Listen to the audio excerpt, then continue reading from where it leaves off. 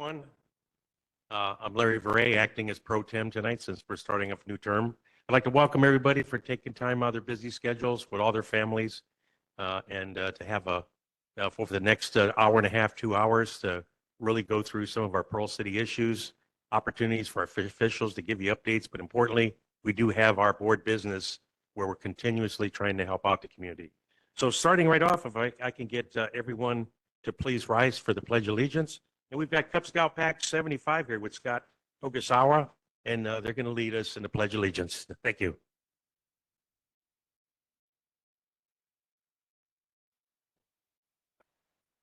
United States of America, public stand, nation, God, indivisible, liberty, justice for all.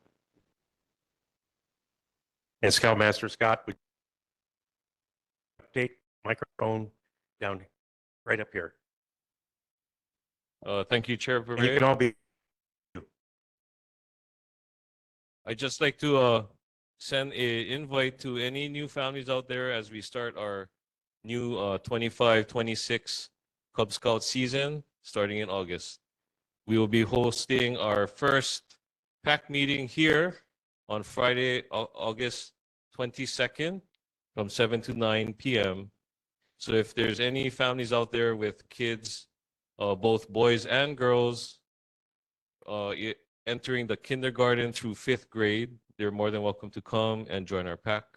We will be having on August 22nd a welcoming party for any of those new families, as well as for the scouts that are continuing. August is also the beginning of our fundraising for popcorn sales, which is at the bread and butter of our activities and our merit awards for the Cub Scouts. So please look for us. We'll be around the community. Typically, we are at the Ben Franklin in Pearl City at the storefront, but we may be at other places as well. It's not set in stone yet, but if you do see us around, at least say hello. You don't have to buy anything, but the Cubs do gain a lot of confidence in approaching people and getting rejected, so you can help them whether you buy or not. Okay, thank you. All right, Scott, thank you for the update. And my commitment to you guys, I will buy some of your bags of popcorn. All right, moving on to talk about our time limit policy and procedures for our board, to conduct our board meeting.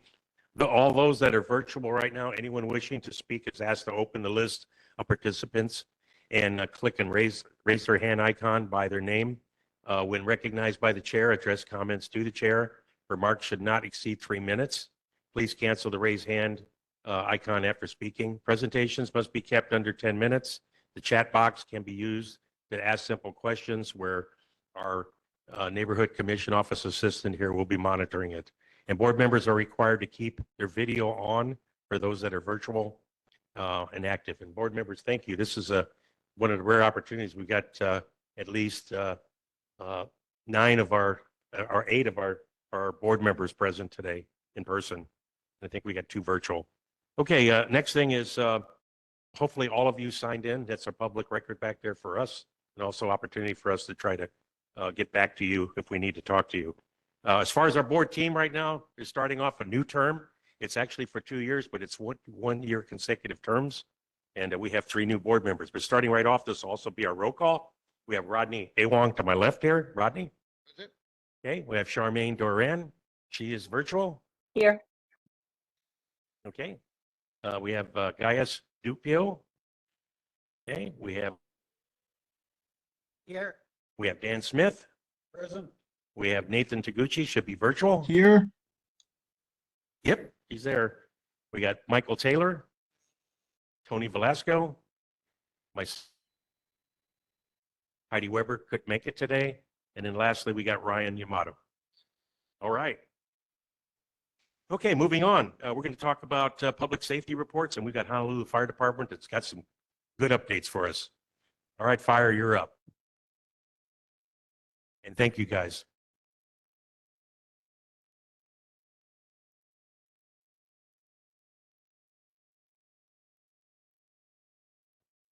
I'm Firefighter Duggins from Station 20, Pearl City. So we're the Pearl City Fire Station under the bridge, getting dusted down there. Yeah, so we're the, yes. The rest of the crew, the boys are over there. Yeah, breathe through the boys. Okay, thank you. Thank you. Okay, so our statistics for June of 2025, we had 0 structure fires, 3 wildland brush fires, 2 nuisance fires, and those would be anything like a rubbish or structure or a vehicle fire, like that. No cooking fires, and we had 5 activated alarms. For emergencies, we had 134 medicals, 1 motor vehicle collision with pedestrian, 2 motor vehicle crashes, collisions, 2 of those, 1 mountain rescue, 0 ocean rescues, and 1 hazardous material incident. So always a good thing to have lower numbers. So, okay. So July fire safety tips. It is wildland fire time, as you guys know. You've been seeing the news. We went to one today, this morning. Wildland fires significantly threaten Hawaii's landscape, wildlife, and communities. With dry conditions and daily activities increasing the risk, it's crucial to take proactive steps to prevent and mitigate wildland fires. Lighten the load. Reduce the risk of ignition by maintaining your yard and cleaning your gutters to remove fuels. Clear, cool, and contain. Clear vegetation 10 feet around campfires and barbecues. Keep a shovel and water nearby and ensure fires are completely extinguished before leaving. Having a hose ready is also handy too, right? Watch the spark. Ensure machinery, chainsaws, weed trimmers, and such, and recreational vehicles with operating spark arresters are maintained frequently. We all know about the fireworks. Mindful of those. So. For more information, visit these online resources, the Honolulu Fire Department at fire.honolulu.gov, Department of Emergency Management, honolulu.gov/DEM, and Hawaii Wildlife Management Organization, oh boy, here we go, hwmo.org/lookout. One of these, maybe we'll have QR codes we can slap up, something to make it a little bit easier. But that's all I have for the month. Do you guys have any questions that I could take down for you? Or Okay, board members, any questions for fire? Go ahead, Dan. Yes. Sorry. There are recommendations for plants to plant in place of this, cover crop. I'm sorry, what was the question? It was Question, but recommendations for things to plant when we remove the tall grass. oh, in lieu of the invasive California grass. That Right. everywhere. Yeah. Ideally a low. Corn, cash crops, I don't know, something. Okay. All right. That just. I don't know, it's a good question. I don't have that answer, but I know. back and Yeah. I'll see if Just there's pass it along. alternatives Okay. we can look for. So Thank you. Any other board members, any questions? Chair, Go ahead, Rodney. Sorry, Guy. Go ahead, Guy. in terms of wildfires, etc. Back in May, I had submitted outlines in terms of possibility of Hawaii getting air water tankers. Say for example, like a C-130 or a 767, etc. like that. Because the C-130s, I understand, can hold up to 4,600 gallons. yes. And then the 767s and so forth, those aircraft can hold as much as, because it's 7,600, which is quite a bit. They used to have a 747 that went up to 9,600, but they decommissioned that for whatever reason. And they said that the darn thing can't fly low enough and can't aim well enough, although it can hold enormous amount of water. So I submitted one to Jeff Hickman and as well as one to Nestor Garcia, because this is with Congress, etc., with the state backing it up to see if we can get one of those kind of aircrafts to assist with. Something larger or more substantial. All right. Versus, Asking if there's any follow-up or information on the request that you submitted? well, no, we'll hear from the congressman and we'll hear from Jeff Hickman. So, Okay. but anyway, just to let you know. Okay, no, that's awesome to know. And again, I'm not really, this is just kind of tertiary information that I've heard. Our new helicopter is coming on board in limited capacity right now.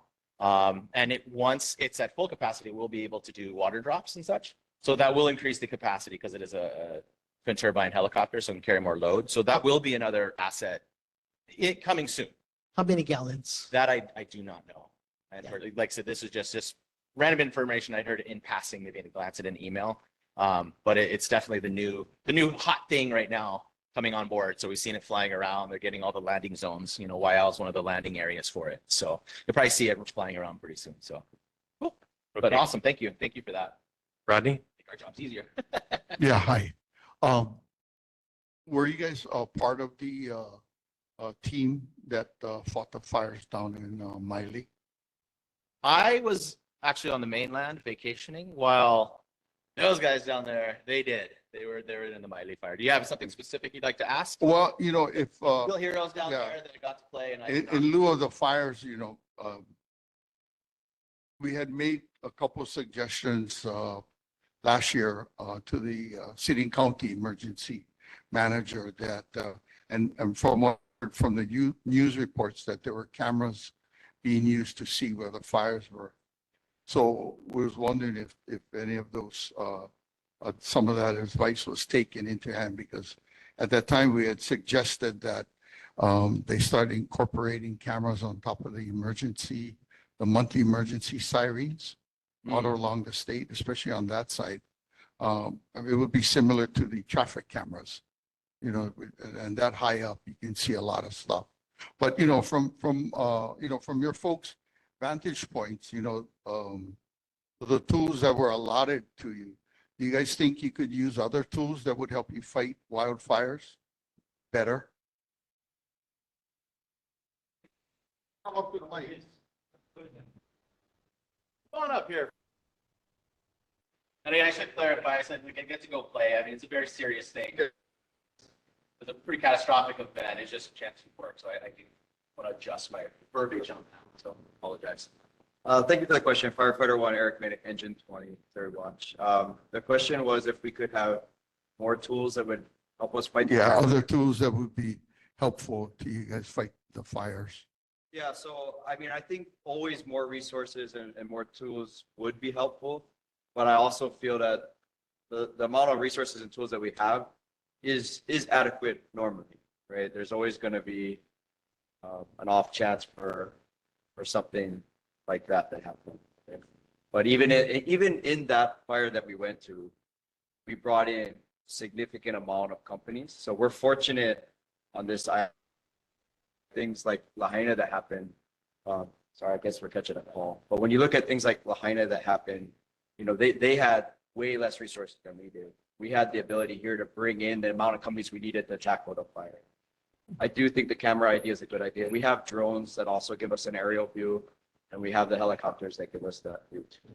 Yeah, it's understandable. And like Guy was saying, you know, He's got to go. Sorry, I have to excuse myself. All right.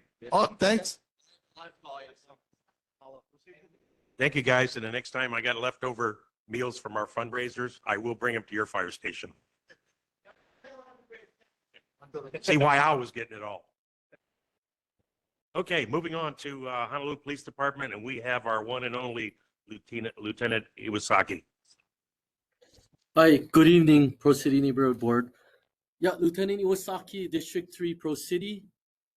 I'll start with the reported incidents report. So this is May 2025 comparison to June 2025. So motor vehicle thefts, it was 7, down to 3. Burglaries was 6, went up to 15. Thefts, it was at 30, a slight drop to 27. And car break-ins was 6, went up to 9. Calls for service for this area, 1,482 compared to 1,456. Total calls for service, District 3, May was 5,362 and down to 5,096. And our safety tip of the month, be prepared for natural disasters such as hurricanes. Familiarize yourself with emergency procedures and evacuation routes. And yeah, it's been a while that I've been on here. So is there any concerns? How's the speeding and stuff? I wanted to follow up on those. Okay, board. Go ahead, Dan. And I think Charmaine. might have- Yeah, sorry to be a broken record on this, but I think it would be helpful if there could be a breakdown of what the so-called service costs. Might help you prioritize resources in the and the current situation of understaffing. Anyway, that's my suggestion. Thank you. Thank Charmaine, you. any updates? We'll note that down. Guy? Any other board members? Go ahead, Rodney. Yes, Lieutenant Iwasaki. I think it's time to dispense those speed readers again, especially by the Highlands Intermediate. People are starting to pick up the pace. Maybe we can start dispensing them again, seeing it's going to be starting school pretty soon. Okay, is the speed trailer, sorry, I'm not aware where the speed trailer is now. People, they move it all the time. So is it still up there or has it been moved since? It's in the parking lot. Oh, it is still there in the parking lot. In the parking at the police station. Oh, it's in our parking lot now? Okay, Yeah. I didn't know that. Time to dispense them Okay, again. Put them to Okay. good use. Change the battery. Yeah. We'll put it out there, yeah. And then any other speed areas, because we've been having the officers on their off-duty time, we allow them to go out and address the speeding. Sometimes it's hard with the volume of calls and stuff like that to address on duty, because they'll go there, like we're trying to really enforce the racing at night, because that's becoming a really big problem right now. And as you guys know, our fatality rate is high too right now. It's really high. So we're trying to curb the DUIs, the racings, but a lot of times it's very hard to do it on duty. So our officers will go out. There's a problem right at the Waimana Home Road and Kuala where it meets, and I guess the racers, they meet at the Kuala Long Strugs over here, and then once security kicks them out, they start their racing going out towards the freeway. So we've been up there. We try to go on the bridge, that pedestrian bridge, and shoot down, but it's really hard because they're racing, so it's hard to stop them. And sometimes recently they haven't even stopped for us already. So our officers attempted to stop them. They just take off on us. So that's one of the things that we're working on. So we're trying to get officers to work on their off days and specifically target those things. So if there's speeding areas that you guys have, then we can also have them go out to those areas as well. So that's why I'm asking, because I know in the past we had a lot of streets. Ho'omalu, I think, and Ho'olaulea is one too that we're going to have officers going over there to address speeding too. So yeah, Especially but, when school is opened up again. And I think right at the back entrance of Pearl City Highlands Elementary, that one is a hot Mhm. spot over there. Yeah, so, but you know what? For those of us who lived in California and drove down the I-5, and this might be a suggestion to you folks, but when we used to drive down the I-5, the CHIPS guys used to have their Cessna up in the air. So, we might want to try and see if we can get that helicopter up there going over the freeway during the hot hours. Okay, I'll note that down as well. Okay, board Okay, Sure. yeah. questions for Lieutenant. Chair, Okay, Charmaine? thank you. We have speeding in Palisades, which we've talked about, and you've sent officers before, and we appreciate that. I actually have a question. We have at least 2, maybe 3 school zones in Palisades from Waimana Home Road all the way up. And there is a lot of, spinning tires, going in circles near these schools. And so I wanted to know, and new ones too, and I wanted to know are there any increased penalties for that kind of reckless driving in a school zone? Oh yeah, definitely. Yeah. So reckless driving is actually a arrestable offense. So if we do witness them doing that, then yeah, they definitely can get arrested for that.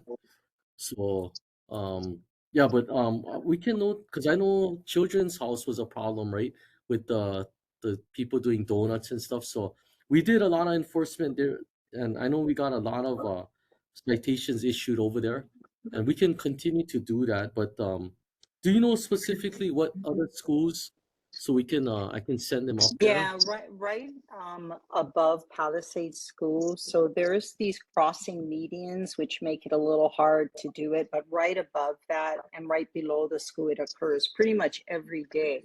For the school zone, I just have one more question. For the school zone reckless type of arrestable offense, is that at any time or only when school's in session? Well, if they're doing reckless driving, it's arrestable at any time. Yeah, it doesn't have to be during the school hours. Yeah. Okay, thank you. Board members, any other questions? Go ahead, up the microphone, identify yourself, please.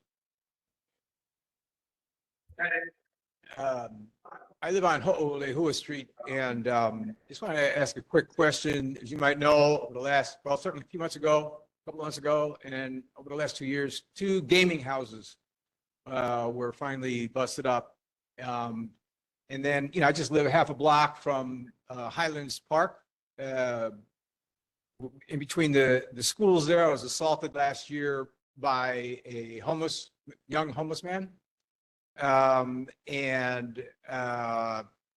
Even now, there's all-star games going on, or people are swimming in the pool.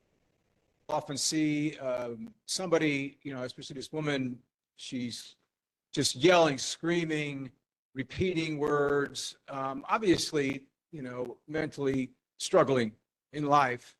And children are present within feet. So do you have any comments or thoughts about that? What's going on, that this level of crime is happening, and that I get assaulted and kids are in danger within their school area? Yeah. Can you tell me where this female is when you said the kids are swimming? What's the location? Yeah, where she's where the swimming pool is, right in the Highlands, between Highlands Intermediate and Peaches, or is it Okay. Peaches? Yeah. So that rec center there, the rec center pool, and it's not her. And there's some other guy kind of living on the steps there. Sometimes they occupy the lavatories, so no one can use them because they're fearful to go in there. But yeah, it's kind of common knowledge, and not sure what's going on in our neighborhood. Lived here 24 years. It's like, what in the world's going on? So. Yeah, you know what? I'll send somebody over there to check on that. I'll talk to the officers that work that beat. They're probably familiar with that female, but yeah, if you do observe that, please call us right away, and then our officers will respond and take care of it. Yeah, because if nobody calls, a lot of times we don't know about it, and it really helps us when you guys call when it's happening, so we can address it. There's been a lot of that recently. Palava last night, we had an incident as well. Same kind of situation. Someone just yelling and actually was, damaging vehicles along the way and stuff like that. So we went up there and he was arrested immediately. So yeah, if you do see people out of control, please give us a call. But I'll send my officers and I'll talk to them after this meeting and see if they're familiar with who you're talking about. And also, the parks always call too. So if there is someone occupying their lavatory or sleeping on the stairs and stuff, we do get the calls 5 in the morning, and we do address that. So, and either getting them to go on their way, or if they're arrestable, if they're doing something harassing our park employees, then we do address that. So, but yeah, please call us if you do see that again. Any, go ahead, Guy. Excuse me, sir. Yeah. Hi, I yeah, think especially if it's Pardon me? especially if it's endangerment, do not hesitate to call 911 immediately. Yeah,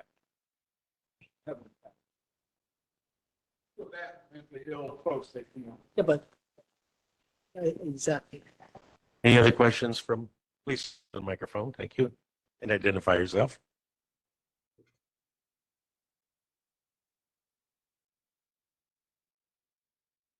I'm Lois Miyashiro. I live right below the Pearl City High School, and we have problems with drifters. The cars are drifting.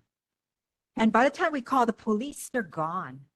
I don't know whether they have some kind of detector that can tell them that, the police is on its way. And especially Yeah, at night, our bedrooms are dark. is this nighttime that this is happening? It's late in the afternoon and sometime at night. Or afternoon too? Okay. Okay, yeah, so this is exactly what I wanted. So we'll have those officers that's willing to work these projects. We'll place them in those areas and try to take care of it. Yeah, it's really hard to pinpoint when they're gonna do it, but if we, have officers there all the time enforcing it, I'm sure it'll stop, or they'll know that we'll be there. So I don't think they have detectors to tell them when we're around, but then yeah, they'll just randomly do it, and it's all over island wide. So we're really trying to crack down on this right now. So yeah, I'm not sure. I don't speak for the other districts, but in Pro City, we have the main highways and the main thoroughfares here. So yeah, it's kind of getting out of control. So it's good to hear. Thank you for letting us know, because I didn't know that they were doing it over there. I know Ho Malu and like I said, Ho Lao Lea. I don't know if they're on their way to the freeway, but they're doing it in those small streets as well. So yeah, so I'll try to get someone to post over there and do traffic enforcement. That's right below Pro City High School, you said, yeah? Yeah, it's right below Pearl City High School. Okay. Do you have a street name that you can give me? It's on Ho KK Street. Okay, got it. Okay, got it. Thank you for letting us know. Yeah, and this is a very tough problem. It's works. They shoot off an aerial bomb, and then when you call 911, by the time the police get there, they're gone. But I had the same incident happen in my neighborhood, and they screwed up because they came back. And the thing is, it's the neighbors sticking together. Key thing is getting that license plate, that vehicle, the profile. So I got a guy, I'm on the hunt right now. I just got to go get the police report because he had an out-of-state license plate. The police officer couldn't give me a name of the individual yet, but I have an idea, since it's out of state, it could be possibly military. And if so, we can track him down. But you have to get together and try to get a video together, show the profile of the vehicle, because they're creatures of habit. They're going to come back again. And the thing is, if we know what type of vehicle it is, sporty, there's a airfoil on the back or something like that, we might be able to get it. That's I know. correct. Yeah. Thank you. Yeah, 1:30 in the morning. Who wants to get up? By the time I got my pants on, they're gone. Okay. Yeah. No other questions there, Lieutenant. I wanted to ask if you could say. Okay, come on up, Doc. Hello, go by Doc Brummer. That's my nickname. But yeah, I listening and talking with the police over several months now in our neighborhood watch too.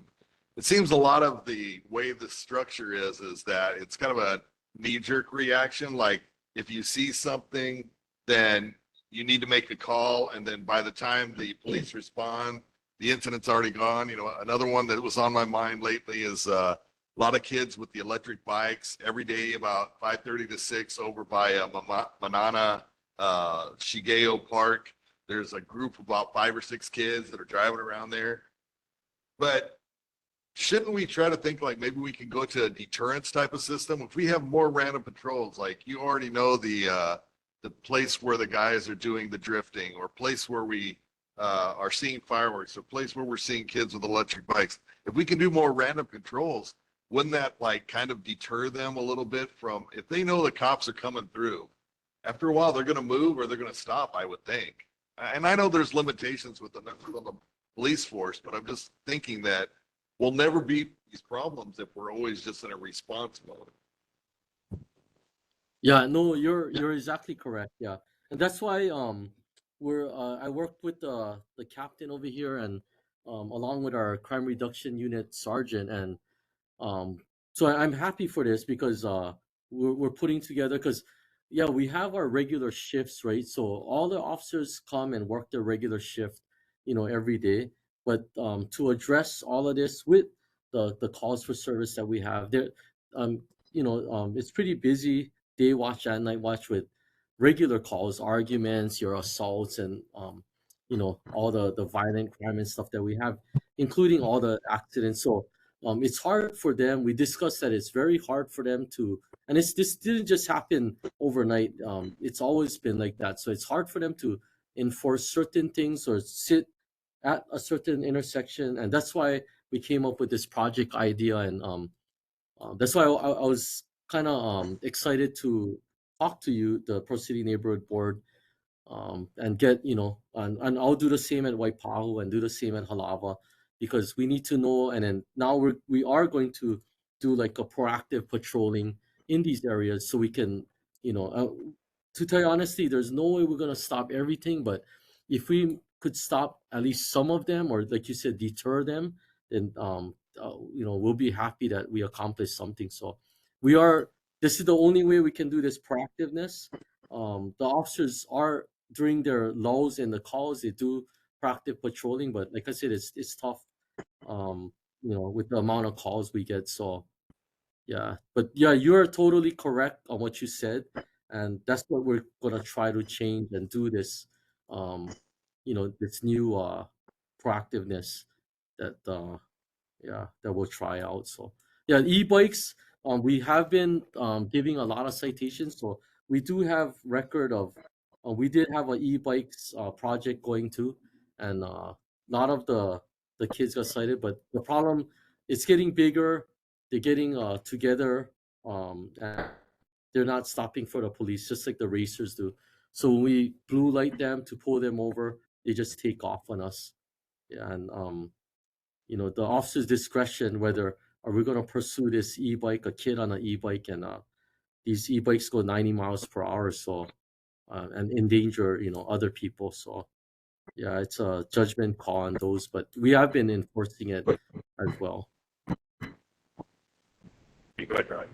Yeah, Lieutenant Iwasaki, like, ladies, doing donuts on Po'okea. Yeah. So coming from you folks, would you guys have more clout in suggesting speed humps on certain roads to deter them from doing, reckless driving Yeah, rather than the neighborhood court? yeah, I mean, I would be happy to give, statistics, or, to, I guess, partner with the neighborhood board or the city and the state to get speed humps put up, because we don't determine where the speed humps go, but rather, I know like city streets has to be the city, state has to be the state, but yeah, we'll be happy to partner and with you folks to get that accomplished as well. All right, Lieutenant, thank you. We're going to move on, but I wanted to ask if you could just stick around a little longer. We have public testimony coming up, but before we do that, we've got to elect our new board officers. So if there are no questions for the lieutenant, we're going to go into a little hold. I'm going to turn the microphone over to our neighborhood commission office assistant here, Anson Wu, who's going to go ahead and get nominations for the chair. So right now we're doing nominations for chair. Is there anyone who wants to nominate or self-nominate? Anson, I For the role of chair. nominate Larry Beret to continue as our chair. Second. Any other nominations? So, okay, it's closed. Okay, want to call your name? Please say Beret. Michael? Oh, wait, can you use the mic? Yeah, agree. Affirmed. Oh, you have to say the last name. Sorry, this Oh. procedure. Coleman, can you, point of order, I guess, how does this go? This is Oh, the so first when I time. call your name, oh, you just say the last name of the person that you're voting for. Even if it's one person, we still have to do this. Okay, so, voting in affirmative, Michael Taylor, voting in affirmative of Larry Beret for Yes. chair. Okay. Ronnie Awong. Okay. Charmaine Duran. Hooray. Okay. Guy Inouye. Beret, Okay. Gaius Dupio. Good job. Vure. Ryan Yamamoto. Beret. Okay. Daniel Smith. Okay. Nathan Takauchi. Beret. Okay. Tony Velasco. Beret. And Larry Vurray. Yeah, we still have to do this. Okay, now chair is still Vurray. Okay. Okay. For vice chair, is there any nomination or self-nomination? I'd like to nominate Charmaine Duran. I'd like to second that. Is there any other nominations for vice chair? Okay, hearing none.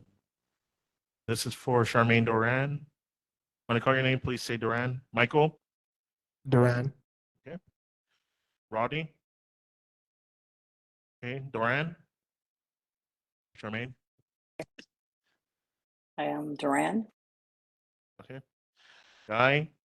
Duran, Gaius. Duran. Ryan.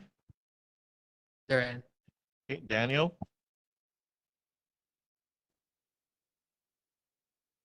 Okay. Nathan. Duran. Okay. And Tony. Duran. And Larry.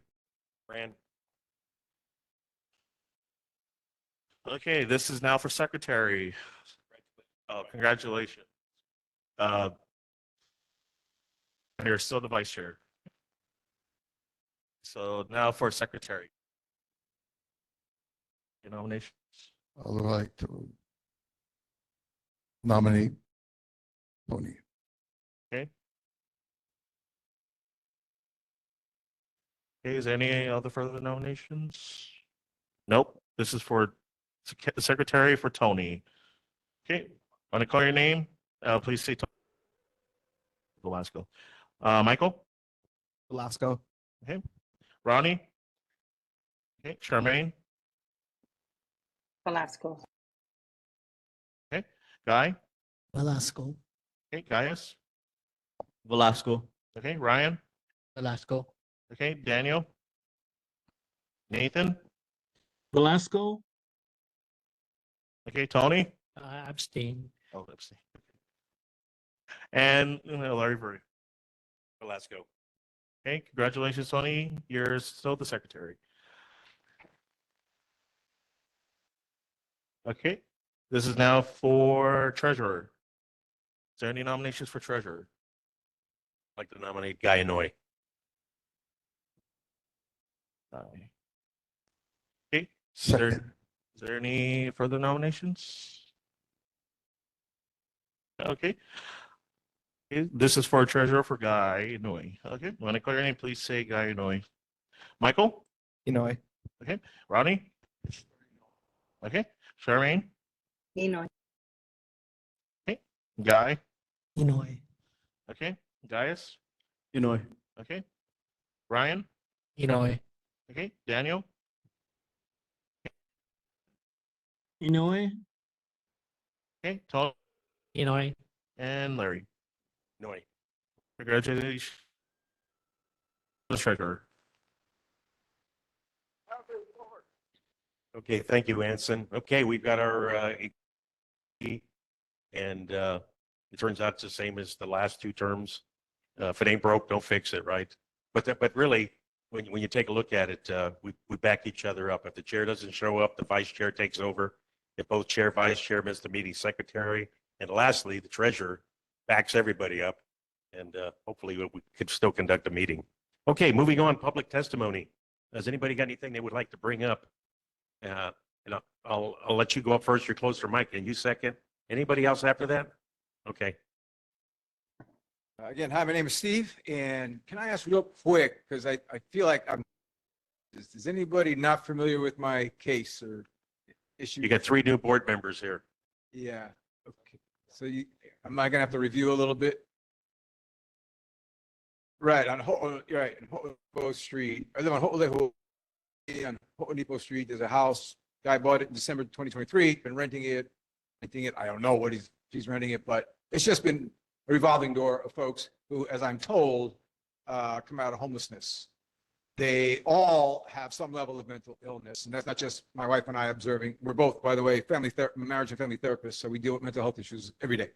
But the police told us exactly that there's people there, and people that are always there during have some degree of mental illness and varying levels. Some are quite striking, but so that's kind of the backup. Is anybody here from the legislative offices? Anybody? Oh, hey, showed up just in time. All right, fantastic. Okay. Representative Takayama. Okay, so again, garbage started to get thrown into my yard last fall, December, and then finally got a 44 bottle thrown down into my yard. I've had trash like, food thrown down by my dog. The other day, found killed up mangoes and pits thrown down by my dog, a chicken bone, batteries, stuff like this. So this is what's been going on. But more than that, it's the same old issue since I first came up here in April. Raging outbursts by the residents from time to time. Besides the garbage in my yard, there's supposed to be only 5 people, I think, that's supposed to live there. When I was cutting my grass, I saw 8. Now they have an older woman living in there with 4 or 5, 6 other guys. Is she safe? I don't know. But anyway, the police have been called. Police were called at least a couple of times in July. Again, no change. So that's the update. Same situation, no change. I'm full of questions tonight. How many visits by the police need to happen before the government starts to step in to say, hey, what's going on here? Anybody have any suggestion, idea, or what have you? Or how many police have to come to the house? Again, even the police are complaining to me, they're sick and tired of going there. At least somebody doesn't talk to the owner who lives right down the street. Anybody have an answer to that? I'm dying to know because I am out of answers. And I'm living, a life that is very vulnerable and anxious, especially for my wife. Okay, we got Councilmember Okimoto's representative. Aaron, are you online? Yes.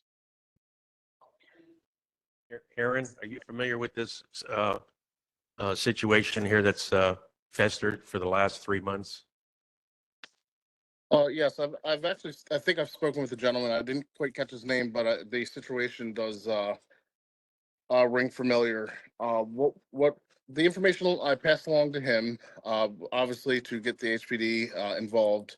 They had a resident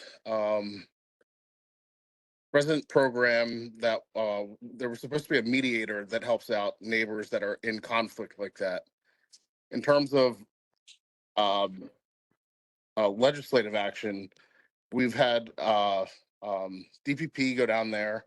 They had issued a notice of violation for, I think there was maybe 9 people living there. And they did issue the notice of violation.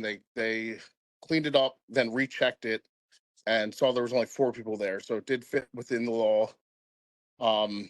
The inspector that I talked to personally did say that he would be rechecking if for some reason they were contacted again about this issue. Last I talked to this gentleman was maybe about a month ago, and when we had asked him to talk to the police to see if they could, get a mediator in there to see if any of the neighbors could peacefully resolve the issue. Right, you did suggest that to me, and I appreciate that. And by the way, just so the board knows, the neighborhood knows that when your office cleared them, that they brought down the level of occupants to the proper level, It was after that, right after that, where the 44-ounce beer bottle got thrown into my yard. So whatever help you were able to lend didn't stop the behavior, number one. Number two, mediation is great, but as you also told me, as I looked it up, it has no binding legal aspect to it. So it's just shake your hands and hopefully you fulfill it. It's hard to trust anybody with this, connected with this right now, because obviously there's violations going on and irregard of the neighborhood. So if the police come to your place like 10 times and you don't make a change, you obviously are not somebody to mediate with, so I'm not getting it. I'm not getting it. I appreciate the idea, but I'm looking for something with a bit sharper teeth. Is there anybody who can speak with the owner about these issues? And if the government or the law has like no power to it, I can't emphasize enough the vulnerability my wife and I feel, the anxiety, and also, again, I'm turning 65 in a few weeks, and we're thinking about retirement, selling that home. Does it bring down the value of my property, et cetera? Does anybody know the law about this? Having a home where you have, again, it's in some ways it's discriminating against anybody else renting that home. It's only saying this population shall live here. And even if this population creates neighborhood troubles, this population will still revolve in and out, in and out, in and out. I mean, I can't tell how many dozens of people have lived there in just 10 months. So does anybody have something legal to say here? Well, that's the thing. So that means I would have to step in and get a lawyer, maybe, have to sue the owner or something like that. Yes. It's going to be very costly to me and all that. So Steve, this has festered for too long, and what we need to do is bring it up to the director level. Aaron, are you available tomorrow? You and I to get on the phone here so I can get some names, who in DPP and which I think is it under Director Krugke? Because you're not the only one that's got this problem. There are halfway homes all through Pearl City. I helped a homeless guy that was he was actually disabled, and I couldn't believe how he was trying to walk 1 mile to get back to his house. I gave him a ride, and it was at a house I didn't even know that it was located in that area, and there were a lot of residents in that particular. It was a monster house, but it had a lot of residents in it. But I didn't ever get a complaint for that area. But it surprised me. The neighborhood boards aren't notified by the city on where these halfway houses are. Right. Where normally we are notified, because for years we had issues with the state's facility that they have up on Waimano Home Road that's on DLNR land, the Department of Health. And there were a lot of public concerns because it was boys that were involved with sexual situations, and they were in a controlled area until they can get them to follow the laws and everything else, and give them some mental health treatment. But finally, the community, they went along with it because we went ahead and put them under control, make sure somebody was responsible. But in this case here, the owner needs to take responsibility for this. So Steve, I'll circle back with you tomorrow with Aaron, and we'll figure out maybe if we'd set up an office call downtown, and I'll pick you up and go down there. We could do that. And again, just so everybody here knows, and no offense, Representative, but I've written to Representative Takayama and Senator Aquino twice, April, May, just inform them, update them. And again, I just don't know what's going on. And Steve, we got Director Urbano here from the city. Oh, great. Because he's in the cabinet, and he might know which one person it is. How you doing, sir? Gino Bono, Director of the Department of Facility Maintenance. So there is currently a Bill 13 that will allow HBD to go with the owner and landlords and inspect the property in accordance with the lease rental agreement. So I'm not sure if that's something that can be used if the bill gets passed, but it's currently a bill. Yeah. I just wanted to share that. If this bill passes, yeah, could assist the landlord to deal with any issues with a lease or a rental agreement. Thank you. Steve, we'll circle back tomorrow. Larry, may I speak on this? Yeah, or- go ahead. Okay. Steve, I'm sorry. You seem like a very smart man. I just did a quick Google search. Maybe this will also help. I just Googled, is there a law that you can shut down halfway homes in Hawaii? And there is a way where if you go to the State Department of Health, specifically Alcohol and Drug Abuse Division, they can revoke a registration certificate if there's reasonable grounds to believe such danger exists. Additionally, violations of zoning regulations and acceptable laws could also lead to closures. Immediate dangers, a violation of registrations and such. And if you have paperwork and documentation, I'm sure that could Does work. that apply if they're not licensed? It's just a rental? Well, if you're out, not sure. Because we're using this term, but we don't know if it's official thing, right? Right. But it's, as all the markets of, but it's good. I mean, we're assuming a lot here. Everybody's in the dark. Nobody knows. Mhm. And it just the neighbors have informed me that are right around that. Have been informed me that the owner is trying to make this some kind of like a transition thing for all this stuff. So, I see. so it's not, it may not be an official thing. The Board of Health may not be able to step in it. Maybe. So I'm. But yeah, we're welcome. Okay. Thank you, guys. Okay. Come on up to the second one. Oh, wait, Jane, you got one more input. Wait for this, Would like black to vehicle stand to go by. corrected. Mayor Blangiardi actually signed the bill. It's actually a law now that allows, let's have a discussion afterwards if you'd like. But it is law now.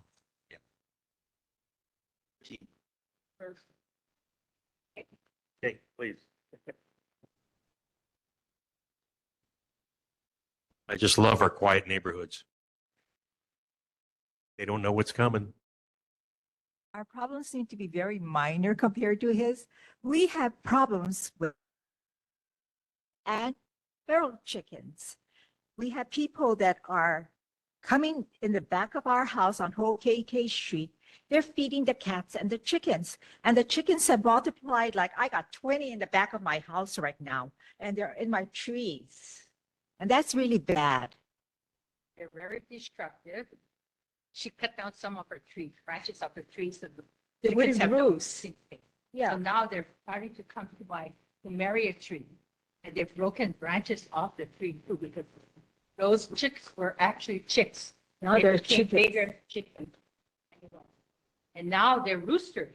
And they're so heavy because they get on a branch. The branch is actually going down. And there's not only one, there's two or three that try to go on the same branch. That's how they break them. Yeah. And it's not, And and not it's- only they're coming to the front of the yard. She keeps seeing them coming up, the air conditioning water. We have They're drinking the water. water. Okay, it's not only she and I, but I talked to the neighbors all on the Malka side, which is where we are. And they all have the problem with the stray cats and the chickens. And I talked to somebody that was feeding the cats and I said, please don't feed the cats. And he came back to me and told me, this is a public sidewalk and we can do what we want. And you can't tell us what not to do. You know what time they're feeding the animals approximately, so we can have HPD? 6:30 to 7. Feed them in the morning too. Yeah, Lieutenant, are you still online? Yeah, Chairman, I'm still here. Yeah. I think yeah, DLNR, I think they have a website. I can try and look it up for you, but I know they go out to certain areas and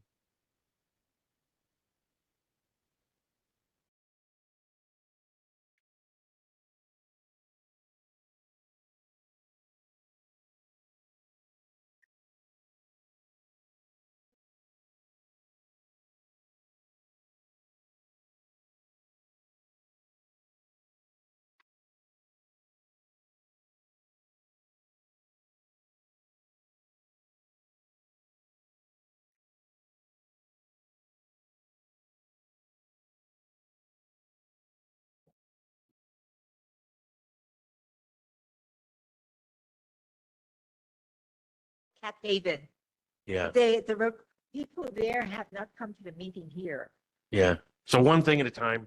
We got your concern. We'll see how we can work it. We're not the only ones got this problem. It's all through the state. And once upon a time, the city council approved funding. They hired rural farms or whatever, and they had they gave them something like $75,000. And for that $75,000, they only caught maybe 150 chickens. That's a hell of a profit, ain't it? But anyway, we'll figure it out. Lieutenant, do you have some enforcement for the cat feeders there, 6:30 to 7? Or patrol Yeah, officer, at least come by and remind them they can't be feeding. yeah. I don't know if we have a specific law that we can tell them not to feed the cats, but the chickens. I know our community policing team, Sergeant Makanani, had a solution for the chickens. So, what's the address again specifically where all these chickens are? Because we probably can call that same. I forget which department he called, but they do take care of the chickens. So, and I'm not sure if Humane Society, if there's that many cats, because they do rent out those traps and stuff like that, but I don't know about 60 cats or if the Humane Society could assist in any way with that problem. But could I get the address where the chickens are? The chickens are right below the road that leads to the high school. Because he can't hear you. Chickens, yeah, go. The chickens are right across from Pearl City High School A road that goes up. They're right in that, right. Concrete barrier with purple, printed purple. Then it starts to have a chain link fence. It's right there at the beginning of the chain link fence going down. Excuse me. So right here, it says here, you can email complaints@honolulu.gov. All this number. So I'll give you the number. And Department of Customer Services. So you report the issue to them and they'll come out and catch the feral chickens for you. Yeah. So Yeah, I think that is But correct. she Yeah. checked with the state no, the city and county. So we'll give you the information right now. Because I checked with the state and rent me cages for $50 a week. And to get rid of the chickens, $10 a chicken. And I said, I'm not paying for chickens that I don't own. Feed them, and after 2 months you can eat them. So Okay, we got your concern, and the board here will use some creative city to try to figure out something for you. If not, you'll see us on your street. yeah, Trevor. Director Yeah. Bono, you got something for that? Yeah. Okay, hold on a second. We got, So we're giving her the information right now to call the city. okay. All right. Then we have Director Albino here too. So The member was correct that the Department of Customer Services is responsible with dealing with feral chickens. So the city has contracted with Sandwich Isle to put cages where they can catch the feral. And you just have to contact a number. So I can send you that information as well. Drive up in the back of that, let you be around that time. Right out the front. Yeah, I've actually saw the people feeding the chickens, and I've talked to them, but I got no badge. Yeah. Okay, any other questions for the community? Thank you, guys. Oh, we got the vice chair, please.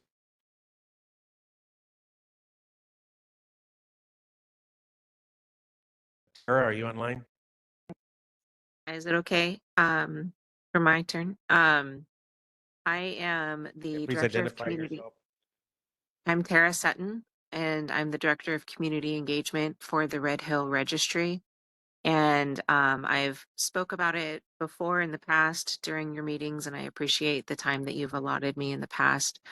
Tonight, I just want to give some exciting news that we are launching with formal enrollment and celebrating with a launch and community fair. And it's on August 2nd, sorry. And it's at Mawanalua High School from 10 a.m. to 2 p.m. And it's just open to the community, whether you felt like you were experiencing health impacts from the water crisis, or if you're just here now and you want to learn more about the registry. But we just would like to see everybody come out and enjoy themselves on a nice Saturday day. And that's all. All right, Tara, thank you for the announcement. And August 2nd at Mauna Loa High School. Yep, from 10 to 2. Any questions for Tara? Okay, seeing none. Thank you, Tara. All right, good night. Okay, all right. We are, no other public testimony. We're going to move on to board business. Okay, and thank you, Lieutenant Iwasaki. We're good to go now. Chair, Okay, thank you. Okay, Chair, for- sorry, Chair. yeah, go ahead, Vice There Chair. is, I just wanted to make sure I understood. There's an item about parking on the agenda. Is there public testimony regarding that? Yes, there is, but I was going to save that for when we bring up the slot. The individual could talk about it. You want me to do it right now? We could do it, but just we'll change. I'll move it up on the agenda.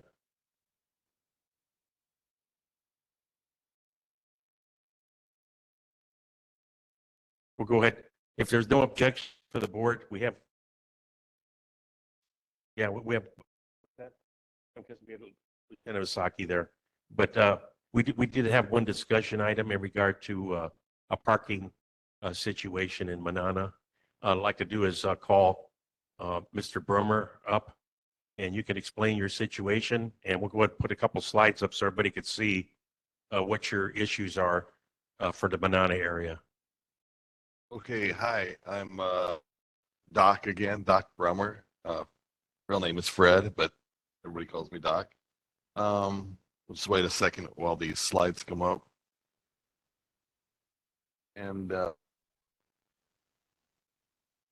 yeah, I just want to note that the top title of this, where it says Kumoana Street, that is the street we're talking about. In the caption, it says Kuloka, and on the next slide it says Kuloka. That was a typo.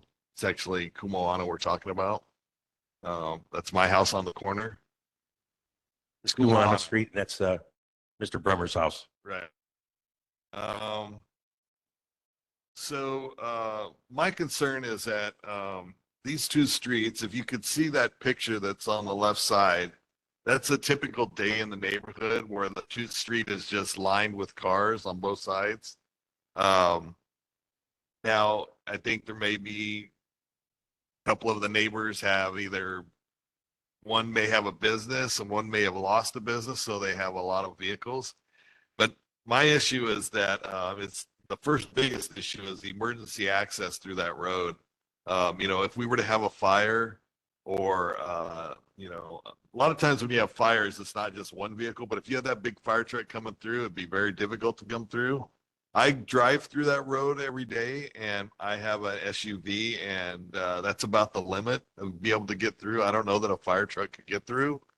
I'm also concerned just recently, this week or last week, two times on Cavaloca, just up the hill from where I live to go the other way. Yeah, that way. We had two waterman breaks back to back, which is the third time, the third water main break in about the last year. But we had these two back to back on Wednesday and Thursdays, and that forced them to close off Cavaloca going up the street. Cavaloca has the bus comes through, so that forced the bus to drive through Kumoana Street to reroute. And these folks that have these cars that are parked along the side had to move them because the bus couldn't get through. So that's one notable problem. The other one is related to me. Unfortunately, I am handicapped. I lost my leg. And I have a front entrance. Technically, the front entrance there is pointing up to my house onto Kumoana. Sometimes I am not as mobile as I should be, but I have to take handyman sometimes. So I have to be picked up or dropped off on Cavaloca, which will stop the traffic on that. And it sounds simple, just pick me up or drop me off. That stops the traffic from getting through. But it's a lot of times they will take you off and they want to arrange you within the handyman so that you can, according to their route to how they drop you off. So it isn't just picking me up and dropping me off. It's taking me off perhaps and rearranging the other persons that are in the handyman. So it's kind of a lengthy process. If we could, let's see. So what I proposed is if we could shut down one side of the street, and that would ensure a couple things. One, that I could be dropped off or picked up on Kumoana, not blocking the traffic, which is more of a main thoroughfare. And the other part of it is if we had an emergency in the area or had to reroute the bus, then now it's easy to get through that street on that one side. I don't know if you want to. Okay, Anson, go to the next slide. Yeah. And this is something that we found that there's 4 other, there's 5, what do you call these streets, Larry? I just call them throughput streets. What's interesting is other like streets in Manana that are going from Kuma, what's the name of the street? Kumanoli? I think that might be. And then all these streets here, there's no parking on. And I kind of find it hard to believe, why did they allow parking on Kumoana? On Kumanoa Street and not the others. So that's something I need to ask the city and ask them why. But I think what your situation is that we need to at least bring it up to the city and ask them if they could, because I think that's a good medium for your neighbors. You're not shutting down the whole street for parking. Right. But on the other hand, I'm questioning it because emergency access is important. Yeah. Why are those other ones no parking? And that one is the only one parking. It just doesn't Right. make any sense. And I've only been there 4 years, so I don't know what happened before. Like you're saying, it makes sense that they would all be the same. Okay, next slide. The next slide, these are just the issues again. And you can talk about these again. I kind of mentioned them already, but out of the 5 streets that are similar to mine, 4 of them have no parking at all on both sides. I really am trying to propose just one side be no parking. Again, to give emergency access for any emergency vehicles. And like I said, when the bus, if the bus has to be rerouted like it was last week twice, then it's easy for the bus to get through. And, yes, me personally, I have my disability or my issue, but that would help me out too, rather than just clobbering the street and, 2 residents taking up the entire block. So in short, that's what I'm requesting. And I'll looking to help the board to come to a solution or whatever help they need, whatever I can provide, or Okay. if you have any questions. So in all fairness to your neighbors, and of course with the sunshine law too, we need to allow time for the neighbors to provide any comments. So what we'll do is we'll also do some investigation, due diligence with Kelly Asaki with the Department of Transportation Services. She might have the answer. So we'll work with that. But action, if action is going to be taken, it has to be at the next board meeting. So we'll see what we can do. And Rodney, you got a question? Yeah. Doc, question is, are these cars across the street from me registered? Have they moved anytime? They do move some of them around. There was a little bit of a problem where they weren't moving, and I called the police on one of the vehicles and so they started putting the paper threatening to move this one particular that was on my side, where my house is. And after that, they started kind of jumbling them around, constantly moving. So you couldn't say, oh, you're in violation. There is one vehicle there now that's been there like over a month. But generally, I think they try to move them around a little bit because they know I'm willing to call the police. Yeah, it's out of I hand. mean, and But also on this, back to your question is, I don't think they all are properly registered.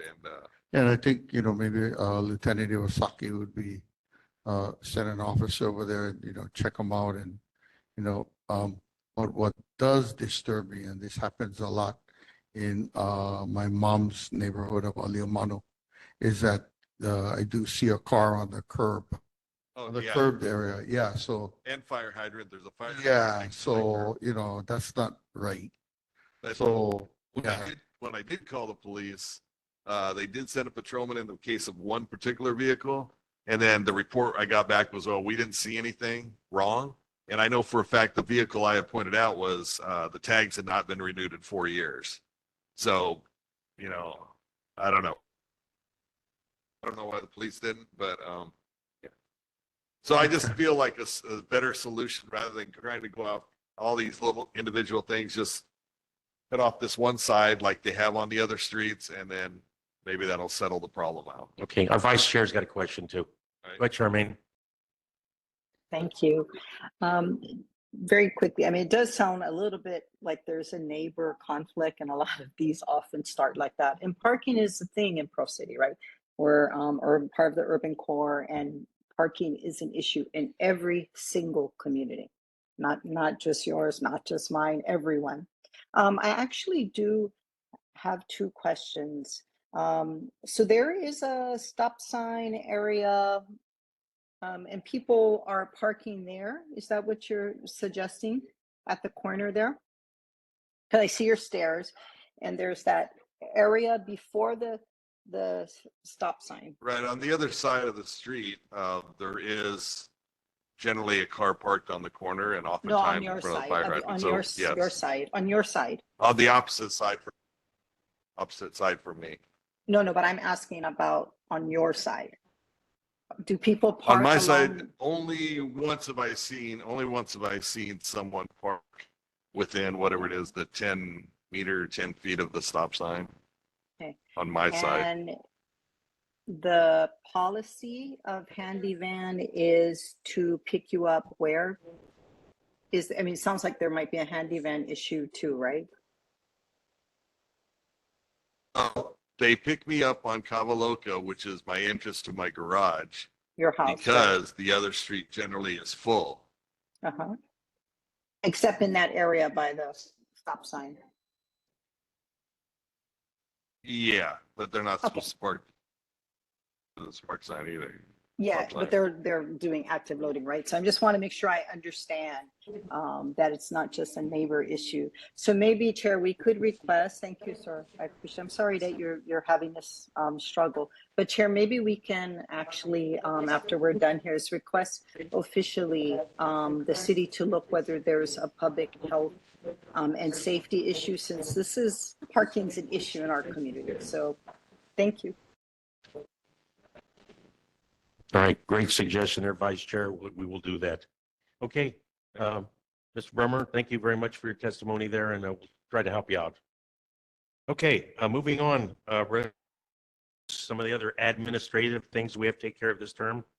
Those you know that this location has been favored by our board because of the open air atmosphere, except for the noise that impacts us. But we also, the time, 7 o'clock seems to be better for everybody for showing up. And also, we have traditionally recessed in the month of June to allow for vacation time with the keiki and parents, and also in December during the holidays. So if there's no objections, we'd like to remain the same. Is there any comments? Okay, if no comments, then unanimous consent, we all agree. Okay. We'll keep the same. Adopt the rules speaking. Okay, when I read the rules today, this is what we had recently, and of course I accidentally skipped over the notes. The one important item is everybody needs to address the chair first before you speak. Board members, before you would answer a question or something like that, unless you're called on by the chair, you need to go to the chair first to get the permission to speak. So I ask you to do that. But the other thing is we have to abide by the Sunshine Law. That will always remain there, Sunshine Law, HRS 92. And the thing is, we've got to be transparent. We've got to make sure that we notify the public. If we're going to recommend any changes to the legislature, the city council, we got to give adequate time for public testimony. And that includes for our resolutions and outgoing letters.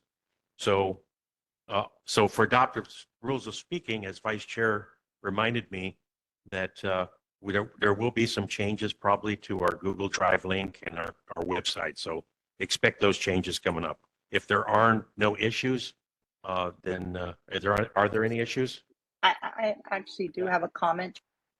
Go ahead, Vice Chair. Because our I didn't hear you. meetings keep, is it okay? Okay, gotcha. Okay, okay, Yes. sorry. Because we're going to start at 7 and that has been an ongoing issue for me. You know, I went and I looked through many, many different agendas for our boards, you know, throughout the island. And I would like to possibly, if not at this meeting, maybe in the next meeting, adopt rules of speaking and government reports that are the same. Some boards allow 2 minutes, and that's just because they're in a situation like us where we have many agencies we need to get through, and more than half of the meeting is just board members listening to information really quick. So if we could kind of match them, so speaking and government reports are 3 minutes, and then presentations less than 5 minutes, that would really help to give board members an opportunity to digest some of the information and ask questions.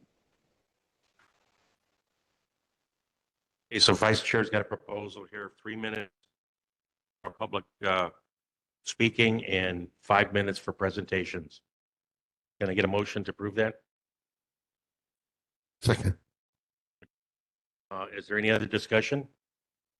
Okay, we'll have the rules the rules for speaking will note the 3 minutes and 5 minutes for the presentations. Thank you, Vice Chair. Okay. Okay, moving on for committees. Can you put up that slide? Committees. So board members, last year we had a number of committees that we worked, and we got a lot. I think we had like 25 resolutions last term. A lot of things were done.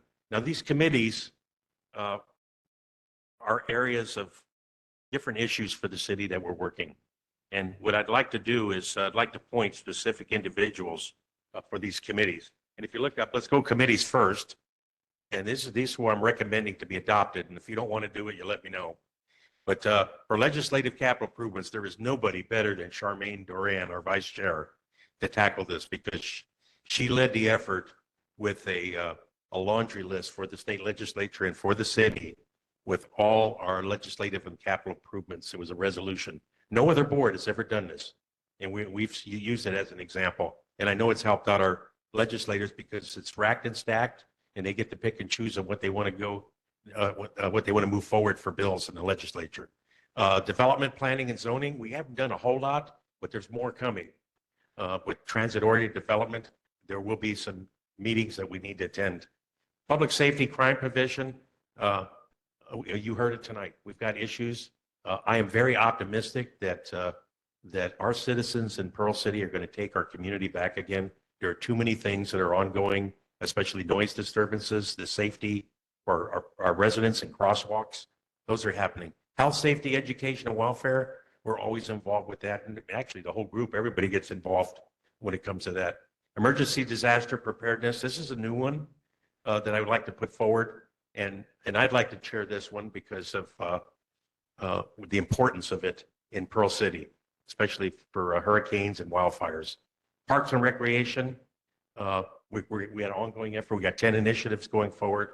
Recognition achievers, we are always recognizing our achievers in Pearl City. And then the new one, again, the Youth Awareness Committee. There is no other board that brings in their high school students. We want to try for the first time to bring a few students from Pearl City High School and have one of our board members lead a committee to be able to look at youth issues in Pearl City. What can we do for our youth and from a youth perspective? And actually have them attend our board meetings. They would be able to vote, but the thing is they would be on the committee to be able to work the issues. And they'd be able to ask questions too. And then with the last one there is environmental improvements, and that is to continue to look at ways that we can improve our environment in Pearl City, the graffiti, the illegal dumping, helping our schools. Our vice chair led the effort for Adopt a Parks, but we need people to help clean the environment for that. So right now, these are my proposed appointments. Is there anybody here that doesn't want to take on that role? And that role is very simple. I mean, you don't have to have a formal committee meeting, but when you are doing your due diligence, it's good to have, especially it's a big issue. Let's say it's the homeless issue. You want to bring the right people in to do some mind melting and figure out what's the best way ahead to improve things. Is there anybody, Vice Chair, do you have any comments on this?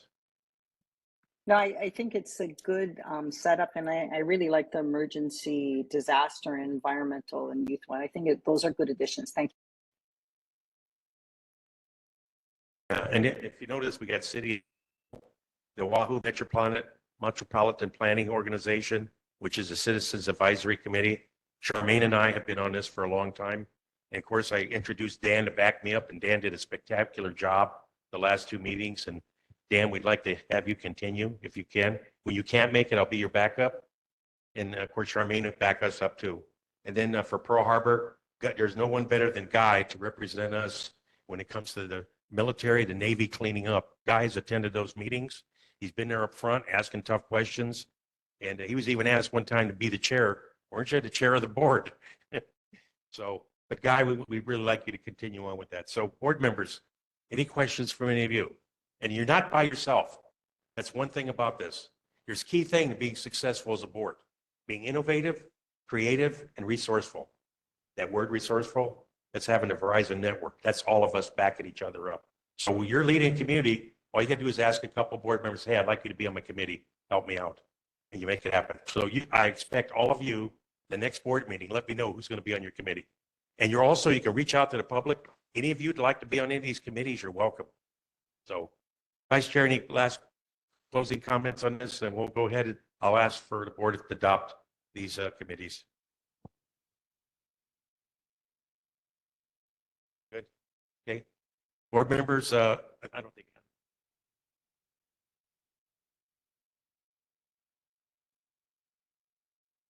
Okay. So you want to do a roll call count? Okay, if there are no objections, we'll go by unanimous consent. Okay, thank you all. I Chair, got my faith in all of you. Chair Varay. Sorry, this Yes. is Nathan. Yeah. Oh, where you at? um, Okay. Yeah, I'm not sure I can commit to the Parks and Recreation Committee Chair. Okay, well, Tony, would you be willing to back him up? Okay, you got Tony to back you up. So if you can't, if there's something you can't do, Tony will be there. Okay. Okay, great. Is that okay? Or is there another committee that you would rather support? Well, it's just that my current job is, yeah, I have a lot of Oh, okay. things I have to do after hours and community meetings and things. So Okay. I'll tell you what, Nate, to make the for you, Tony, are you willing to take back the Parks and Rec? Okay, Tony's going to take it. And if you could kind of like be his vice chair. yeah, that'll be great. Okay. It's just a backup because what we do is just share. We write up draft up the recognition certificates.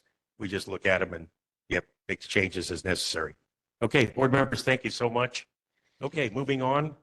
Let's see, committees. Next one is, okay, we already talked about no parking on decision. Okay, Vice Chair, can you read the proposed letter to go to the Department of Transportation Services to support the Pearl City annual Christmas parade? Okay.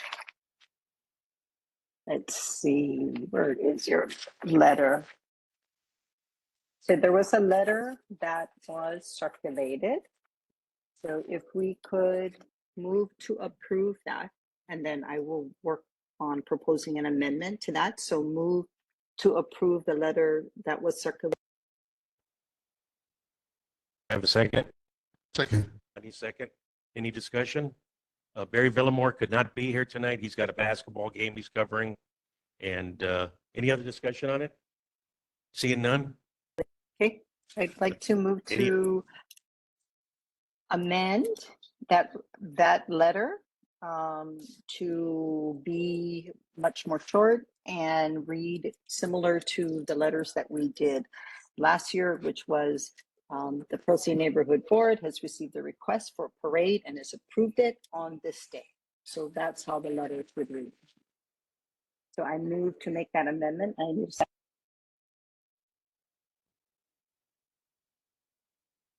Okay, we got a second on it. And just one last thing. What this letter does, it goes to DTS and it's a check in the block for the sponsor, because when they actually do the permit. They're going to have the exact parade route and everything else. Make sure there's no impact to the residents. We've gone through this every year. There's never been any negative impact. So board members, if you all approve, okay, we'll go by unanimous consent. Okay, and the second one, same like letter. This is for the Pearl City High School homecoming parade. And Kyle Milshiro could not be here tonight. Kyle, are you online? He was going to try to make it, but Tony, I'm online. okay, Kyle, you want to just talk a little bit about the parade and have Vice Chair read the letter that she had edited. Yeah, thank you. Thanks for having me, everyone. Thank you for what you do for our community. I'm Kyle Miyashiro, Student Activities Coordinator for Pearl City High School. Our annual homecoming parade will be October 3rd, 2025. We'll be starting it at 3 o'clock. We should be done about 4:15. We start at the high school. We go down Ho'olaulea. We take a right by Highlands Intermediate, and we head down Waimanu Home Road, and we end up at Pacheco Park. Okay, thank you, Kyle. Vice Chair, you want to read the amended letter? So I move to approve the letter that was circulated. Do you have a second? Second. Okay. I'd like to move to amend it with the shorter version that I read earlier. Okay. Second. Okay. Right. All in favor for approval, say aye. Aye. Okay. Any noes? Any abstentions? Okay, approved. Okay, Kyle, good on that. Thank you. And if you want to stay on, we still got one other discussion item coming up for you. Yeah, I'll be still on. Actually, it's actually the next item. It's the proposal to put the high school students on the Pearl City Neighborhood Board committees. Want to talk about that? Yeah, thank you, Tony. Larry approached me about maybe a couple of weeks ago. I know it'd be a great opportunity for our students to have student voice, to voice some of their concerns about our school, about our community, and maybe have an impact on and actually have our students be involved with their process. So that'll be a great opportunity for our students. Okay, great. And if you notice the lead, we got Michael Taylor. He's going to take the lead working with the students. That'll be a So perfect I'm choice. really looking, I'm really looking to be a successful engagement with students and also to set the example for other students to come in after them. Yes.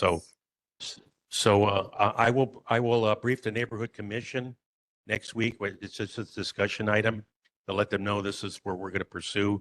And then what we could do is the next board meeting actually finalize it after you talk to the principal. Yeah, thank you. Okay, any other, Vice Chair, any comments?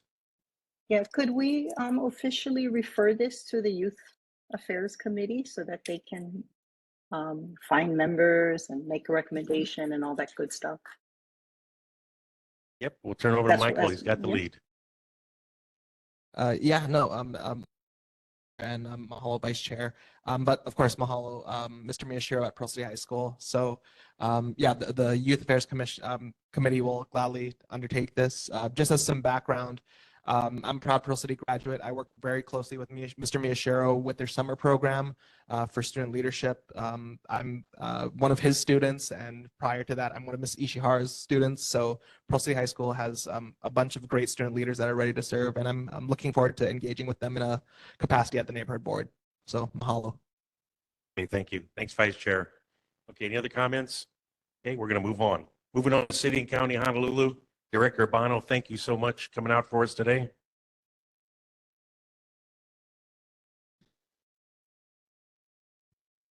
Good evening. Gino Urbano, Director of the Department of Facility Maintenance. Let's see, Mayor's highlights from his newsletter. The city begins an 80-acre master planning effort for the Iwilei Kapalama subcorridor. Mayor Blangiardi signs a trio of bills into law designed to help increase public safety, especially along the Leeward Coast. The Mayor's Office of Culture and Arts helps unveil 3 new art installations as part of the Vahipana Storied Places Public Art Project. entrepreneurs along the Waianae Coast begin the Idea to Biz Incubator Program, sponsored by the Office of Economic Revitalization. And long lines and wait times no more for the city that unveiled their driver's license learner's permit tests online. No appointments needed. If you'd like a copy of this newsletter, you can go online to honolulu.gov, mayor.newsletter. Following up on some questions that was asked last month, Member Smith wants an update regarding traffic light change recommendation on Pomomai Street. DTS has monitoring and made timing changes to add additional green time to the traffic signal located at Waimano Home Road and Pomomai Drive. DTS will continue to monitor and make additional timing changes if needed. And with that, I open it up for any further questions that you may have for the city. Hey, thank you, Director. Go on, Rodney. Hey, G, welcome back. It was a good trip. Proud dad to have my son get his first degree. He has one more year at the Columbia University to get his civil engineering degrees. I will be done with college tuitions, knock on wood, next year. But thank you for asking, Member Awang. I happened to see some surveyors at the Moanalua and Waimano Home intersection. So I am wondering, is there any plans for that intersection in the near future? I would have to find out specifically, but if you did see surveyors, that likely means there is design being made for that intersection and I guess, subsequent construction thereafter.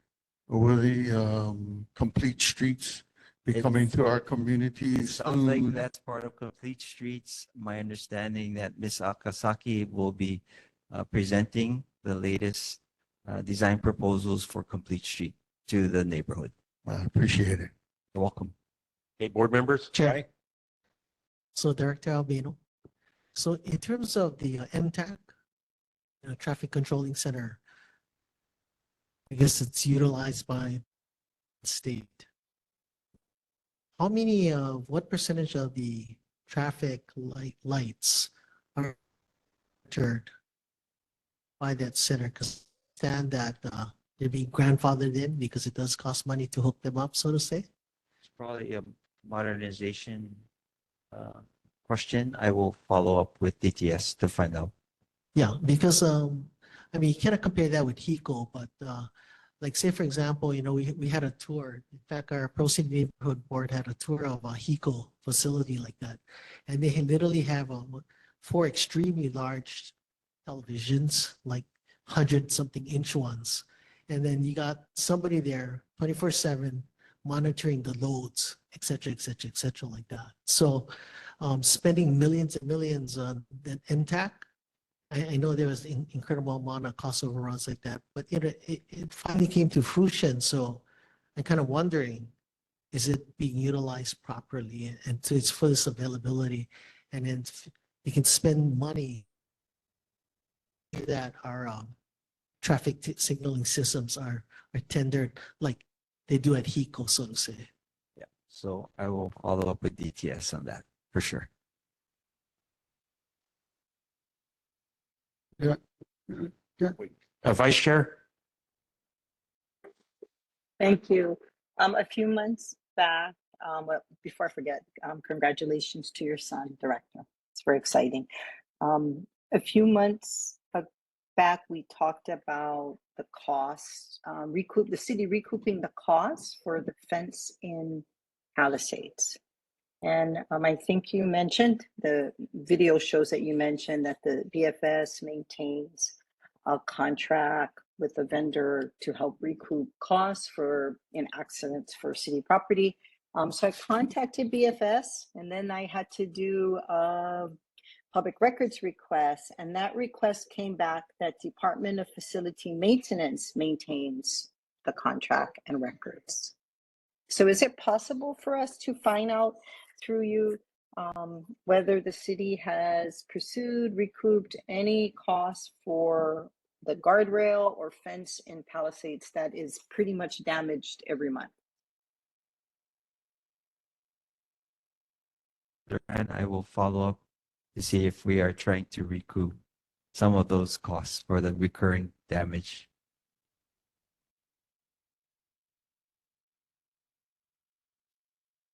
Okay. Any more, Vice Chair, any other questions? Nope, okay. Dan?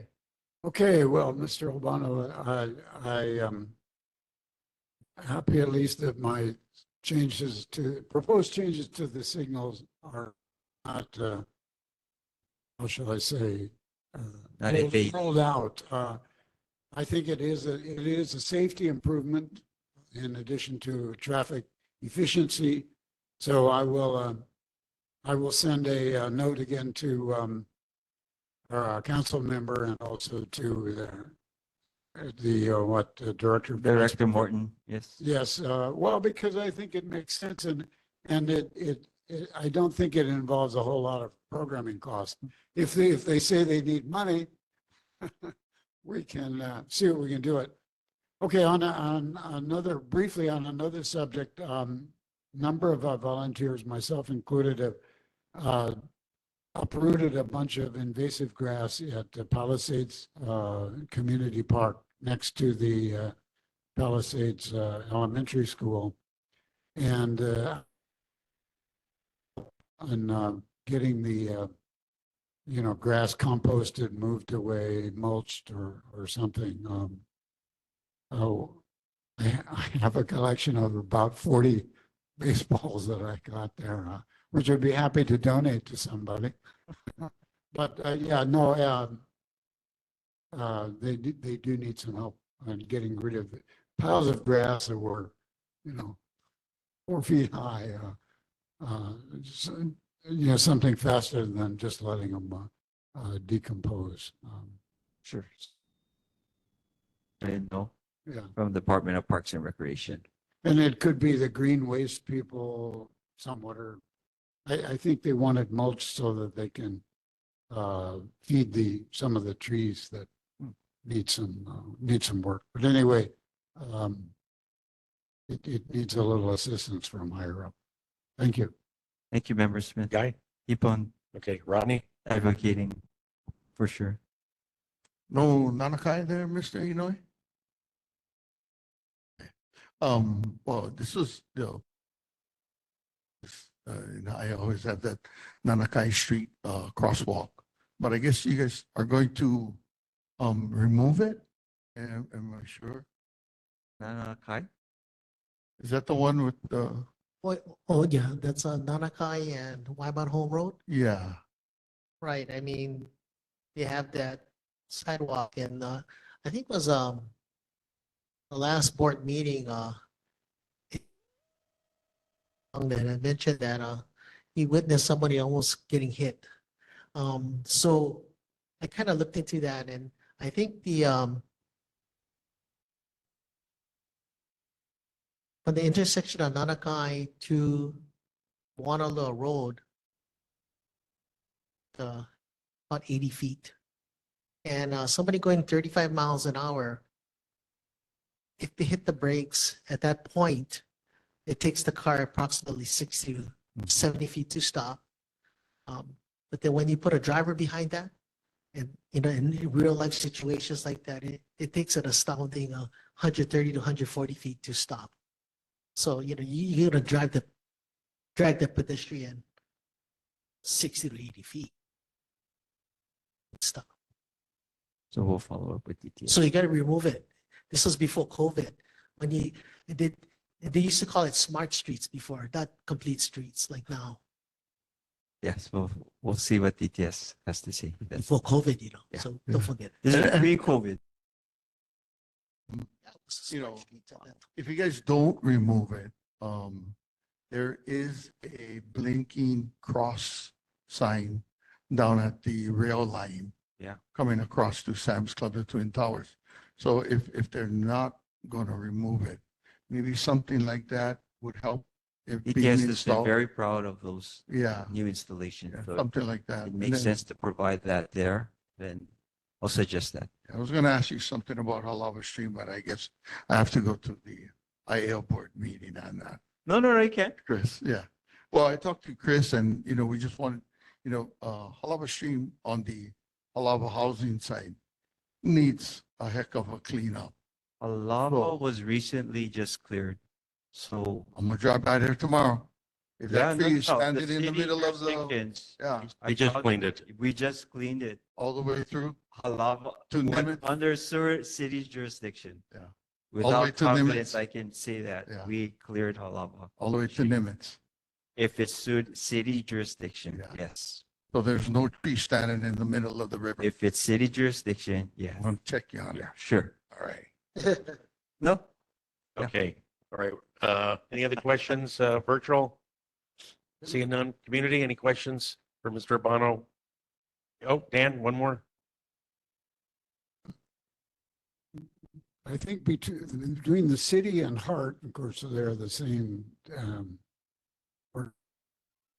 They may have some new tenants in the couple parcels, just Eva of the rail station there. I noticed I used to be able to drive in there, but there's a bunch of no trespassing signs now. So I hope you're getting a good rent for letting them close off that area. hopefully, yeah. Board member. Yeah. Board member Awang. Yeah, so interestingly, when you take the Pro City cutoff, so that road, when it hits Wanalua Road obviously is city, it's not state. However, that entire off ramp, the grassy area, that is state jurisdiction. Yeah. So when I talked to Casey Abin, and that's why, he got his crew out there and then teed it off, and I posed it as a danger because there is no, shoulder for any kind of emergency vehicle to park on the side or whatever, stranded cars like that. So that's the interesting thing, right? It's city road, It's very jurisdictional. but the state cuts the grass. And the Pro City lines cut the grass. That plug. Yeah. All right, Mr. Urbano, I think we're done. Congratulations to the new members. We really appreciate you joining this great neighborhood board, and I'm privileged to be the mayor's representative. Mahalo. Good evening. Yeah, thank you very much. Okay, board members, at 75 years old, my eyes are going bad. I forgot one item, item I on the agenda. The NCO assistant reminded me. I am planning to have some public outreach sessions. I want to work with Don Quixote and also with Walmart to set up a table for the Pearl City Neighborhood Board. So we can do a little outreach with everybody and let them know that, hey, we're here once a month. We're here for all 43,000 people in Pearl City. And if they want to stop by, chat with us, we'll give them a card and ask them to please come to our board meetings to bring up any other issues. So just let you know that's coming. Okay, moving on to Councilmember Val Kimoto. I think we got Erin standing by for her. She couldn't make it tonight. Erin, you're up. Hi, good evening, Chair, Vice Chair, and members. Congratulations to the new members. I think the crosswalk is in the complete streets, and they will be removing it, but they just haven't gotten to it yet. The city council held a special full council meeting on the 17th of June. After that meeting, the council member Okimoto was named chair of the committee on budget. Today, or actually, her and Council Chair Waters introduced Bill 49 and 50. This amends the real property tax homeowners exemption for taxpayers 65 and older from 160 to 180. And Bill 50 just does that for everyone else who's a homeowner. Did speak with Nathan Sirota. Mr. Sirota has confirmed the administration has received the board's reso on the dog park. They're going to work with the board to get everything situated in the area that you would like it. There was a speeding concern on Lenikahana and Ohilala Place. DFM will install shoulder and parking lanes with raised pavement markings on both sides of Lenikahana Avenue between Awaki Street and Kauka'u Loop. They will also install some missing speed limit signs as well.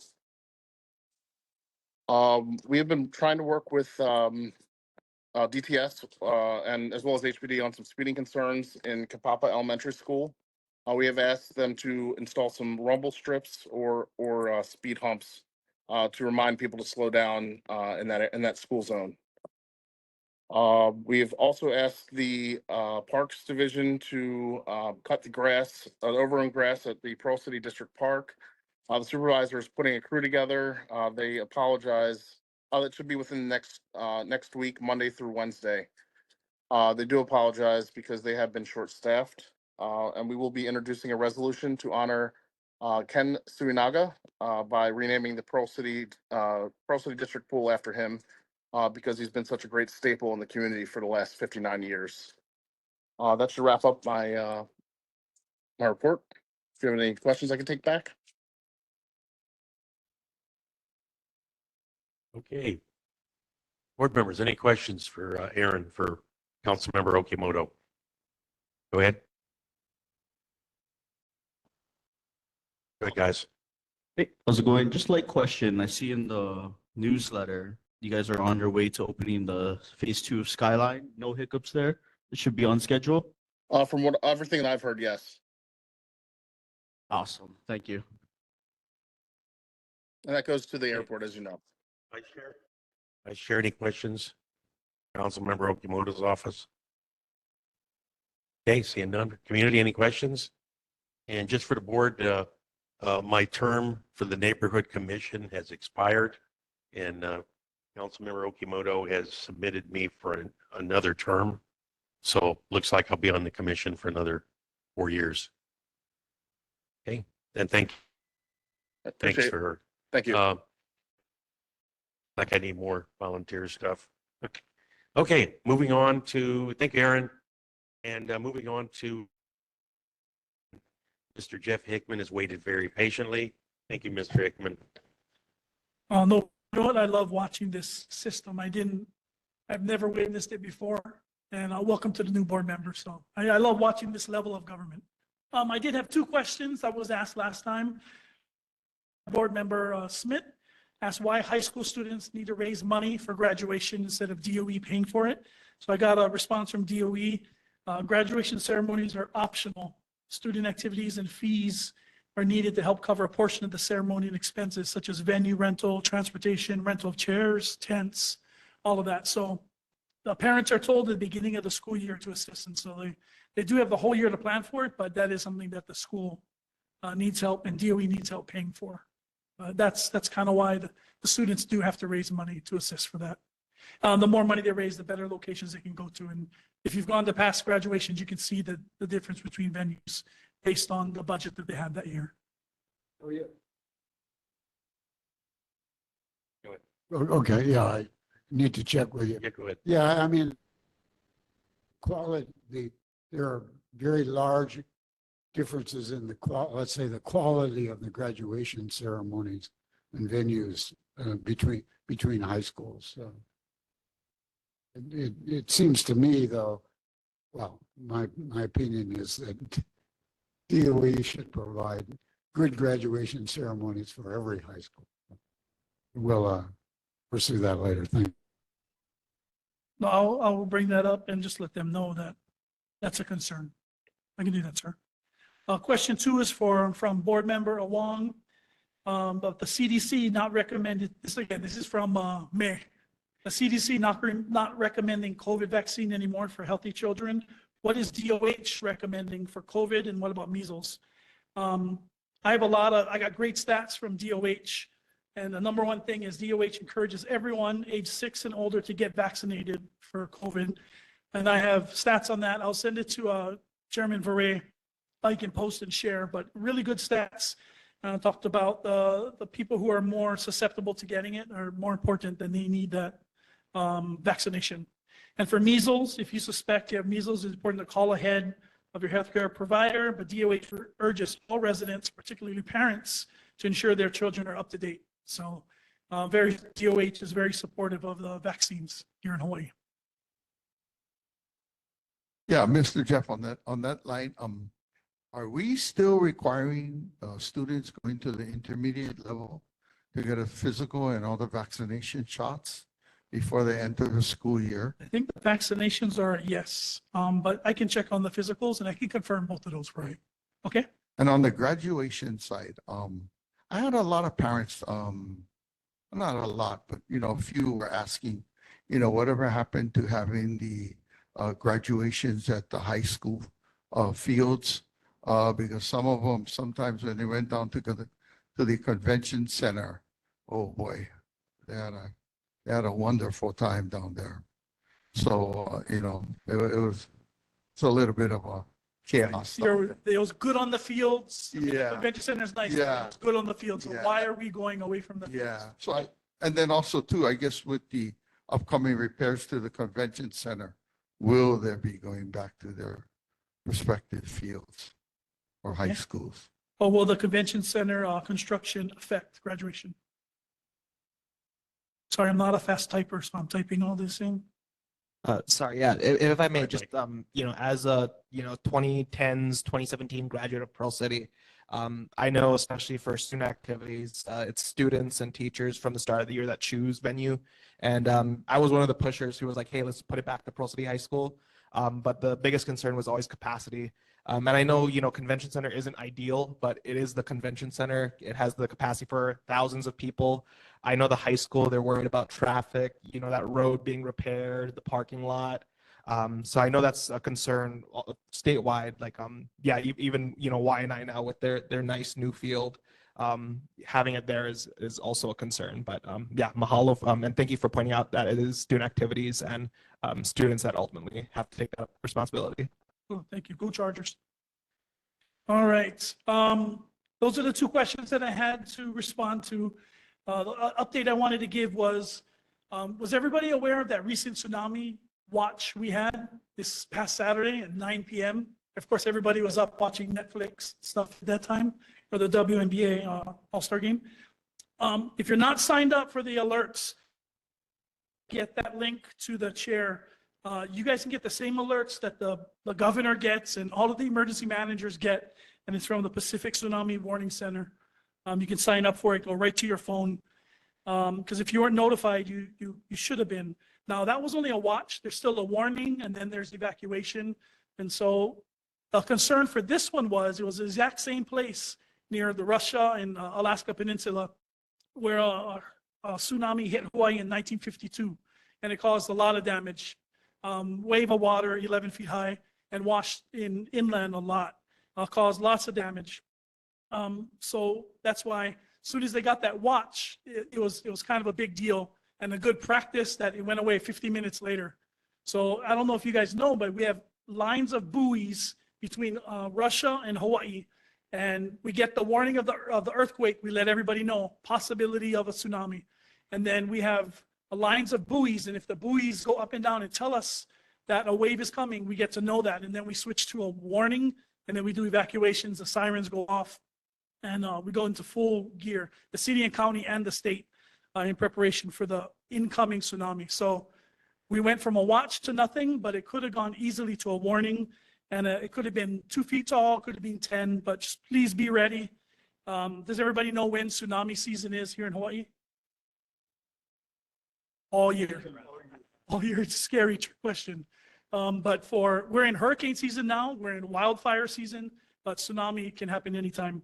And I wanted to close with the last thing, talking about the fire season, is the governor signed an emergency proclamation about activating the National Guard and the Hawaii Emergency Management Agency. So right now we have a helicopter crew that's on standby 24 hours from now until September, and then it'll be pushed to November to cover the season.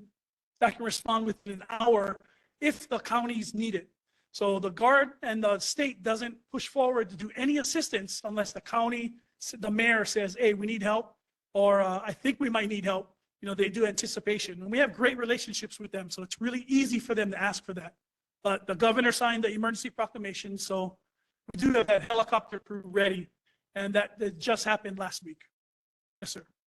Yeah, so with the new state fire marshal, is the state looking to put together a wildfire fighting team?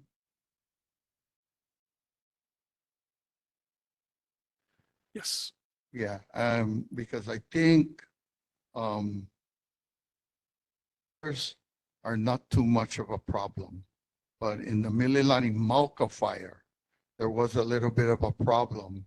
And if I'm not mistaken, some of the California hotshots were brought in to fight that fire, to help along with the local firefighters. Okay, Well, I'm I was not, asking I know the active duty military, the 25th ID helped the county, but I'm not aware of the Yeah, I California. mean, that would be a good thing for the state to do because, no matter what island it is, they could, disperse and go help out with that fire with the right tools and, equipment that they would need. Okay, no problem. Well, the state fire marshal is brand new, so this would be a good question coming from the Pearl City Neighborhood Board. We'll get one in there. Okay, I can find out, sir. Chair. Yeah, and Mr. Hickman, I'll let Guy go because I was Yeah. going to talk on his behalf because are you going to talk about the tanker? Yeah.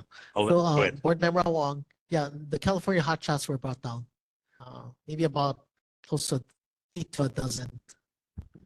Yeah, I So, remember that because I think one of my friend's son, who is a federal firefighter, goes up in the summer season and works out with the fire department up there on the forest fires. So he might have had a hand in that one. So- So Jeff, a couple months back, when I sent you that outline in regards to possibly getting an air tanker here, Yes. both either a C-130 or, a jet. Any traction on that? No, I didn't, and I did get a response from the whole Honolulu Fire Department, and there's no funding for it. Right.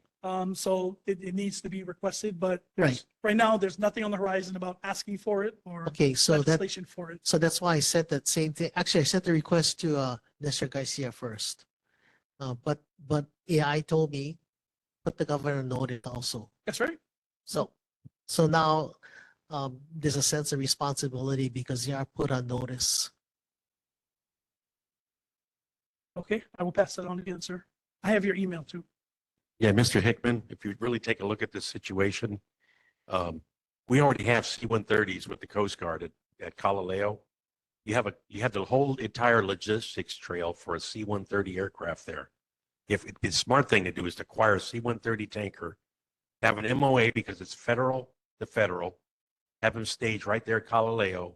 You got all the maintenance techs, you got everything. You talk about a tremendous cost savings where you don't have to come on with a new logistics trail for an aircraft because it is very costly. But you could cut your costs considerably down with a memorandum of agreement between the federal firefighters and the Coast Guard. And I think it could really work out. Guy's got a really good idea. I really want to make sure that the governor hears that. Yep, I will pass it on, Chair. Thank you. Yeah, Chair Very. So in the outline, it talked about the federal government and state government and city, local government to work hand in hand in order to get something like that together because it involves the entire state, which is all of the above, right? Federal, state, and city. Yeah. So per our conversation prior to this, if there's no traction in the next month or so, then we'll get together and then create that resolution. Any other Thanks. questions? Rodney, one more. We got to be moving. Yeah, and I think also too, I mean, not to shoot down the C-130s, but there are also a little bit smaller aircraft that is available out there for purchase. And, with all the, stuff that's going on over here, you can fight any kind of fire with different types of aircraft. I think when I got that question initially last year from Guy, HFD said it was C-130 and below, it was difficult to maintain and to fill the safety. So I can ask again, but it was a pretty See, the detailed- maintain that is that because that maintenance is there at Barber's Point. there's quite a few C-130s. Not only that, it's super rugged. Yeah. And another thing, when you're fighting fires, you have to go a certain speed. And, because it's a four-prop and has a lot of thrust, so to say, it can maintain low speed at low altitude. So, I mean, that's why it's such a versatile aircraft. I was in the Guard for 27 years. I rode a lot of C-130s when the Air National Guard had them assigned here. We brought in the C-17s with Akaka and Inoue, which gave us better capabilities, but we did lose some capabilities, like landing on any single airfield we wanted to with the Right. C-130. So, Yeah, C-130 is incredible. no, it is a great aircraft. And I mean, just to throw this one at you, a lot of people forget that all of Pearl City used to be sugarcane fields. And we used to crop dust over here. So it's not to say that we cannot do it. Oh, filling up a crop duster and then dragging. it Yeah, I back. mean, we used to have the double wings come over here and fertilize all the, you guys remember that, huh? All the sugar. Oh, come on. Hey, we saw the movie. I mean, it's been done before. I used to watch those, the double wing crop dusters. On Maui, they had them in the Yeah, sugarcane fields. too. Pearl City, Then they- a lot of people forget. This area right here, we were rural. Okay, any more questions for Mr. Hickman? I went over my 2 minutes. Yeah. None? No, this was all good, great dialogue. Thank you, guys. I got a lot of questions. I'll come back to you next month. Thank you. Okay, well, we're going to transition on to the one and only Casey Abbey. Good evening. Good evening, Chair Vere, members of the Pro City Neighborhood Board, Casey Ira from the State DOT Highways. I apologize, but my camera is not working. At the May's meeting, I mentioned that we received an email from Senator Elefante about the overgrown vegetation along Kamehameha Highway from Polymormi Street to Acacia Road. During my quick field investigation this morning, I noticed our district office has coordinated with the Department of Corrections and Rehabilitation Work Furlough Program to assist with cutting back the overgrowth. During the May's meeting, there was a request for assistance with removing some illegal dumping on Ho'okiki Street. I want to thank Board Member Weber for the pictures of the illegal dumping and Senator Elefante and Representative Takayama, because both elected officials know the ownership is in limbo. Requesting assistance from our deputy director, he reached out to both DAGS and DOE, and both agencies denied ownership of Ho'okiki Street. So our deputy director had our homeless coordinator and his contractor remove the illegal dumping on June 2nd. At the May's meeting, there was a concern about the merging movement onto the H2 freeway northbound from Kamehameha Highway. We are still researching the situation, so I will have to report back at a future meeting. At the May's meeting, there was a concern about some bad bumps on the H1 freeway eastbound near Kali Street overpass. Working with our maintenance crew, they patched the potholes during my June 17th field inspection. At the May's meeting, there was a concern with potholes on the Moana Freeway eastbound going up Red Hill. Our paving contractor completed the pothole patching during the last week of June and are scheduled to repave the eastbound lanes in early December.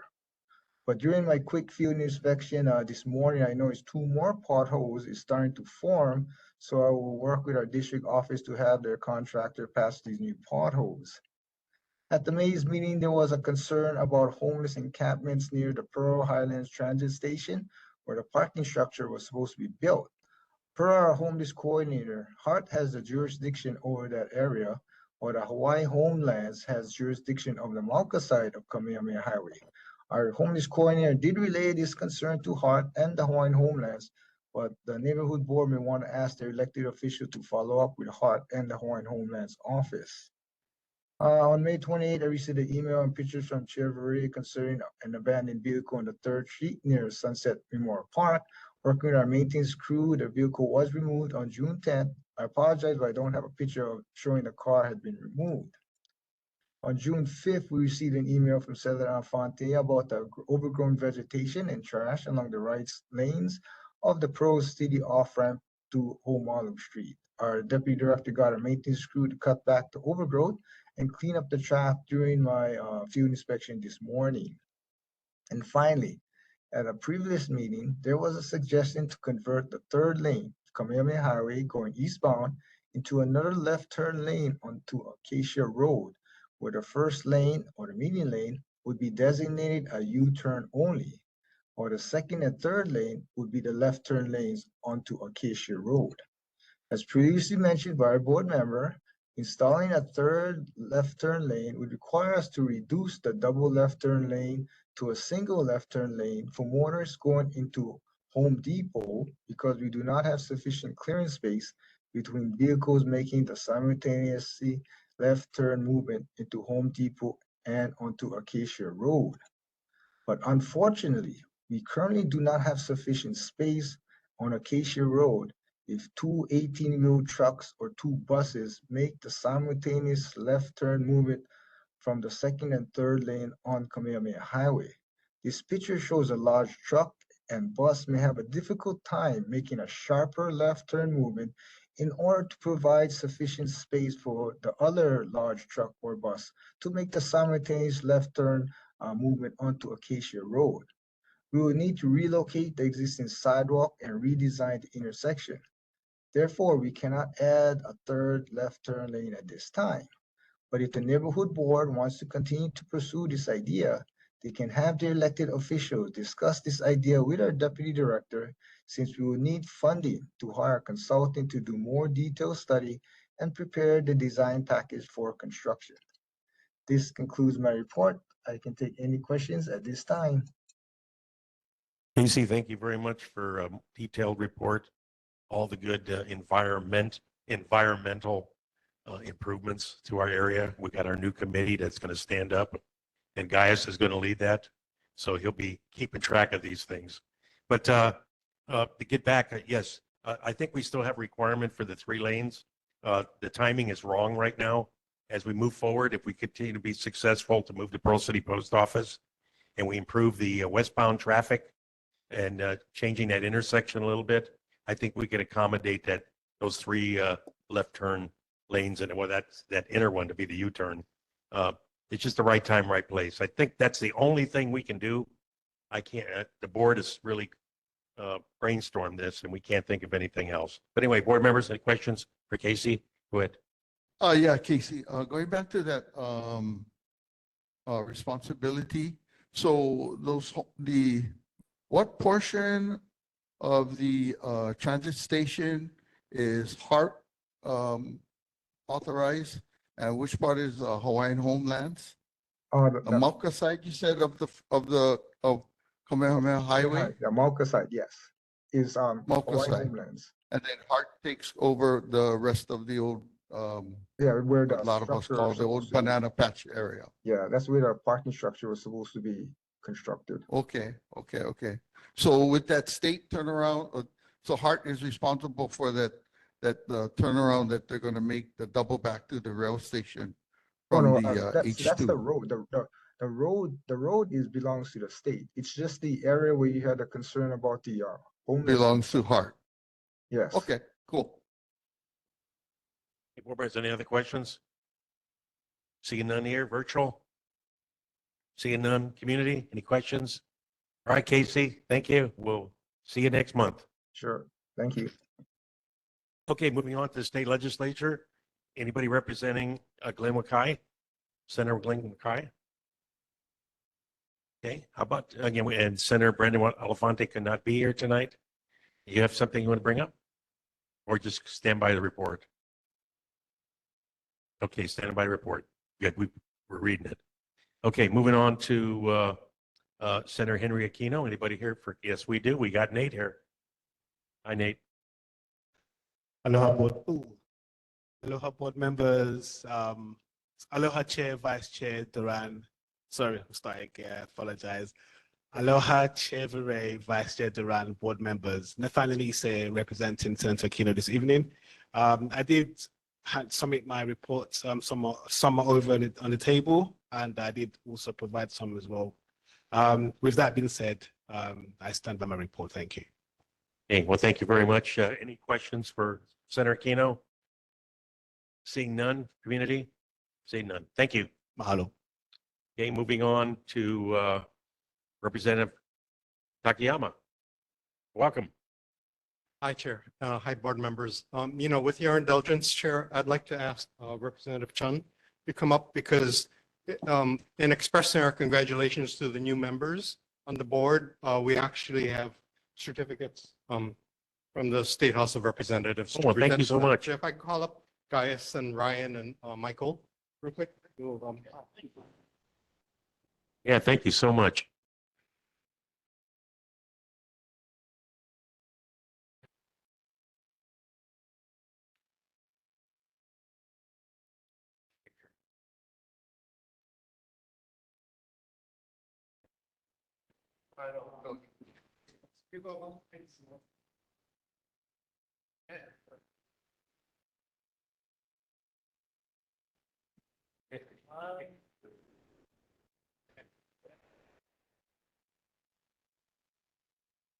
Right.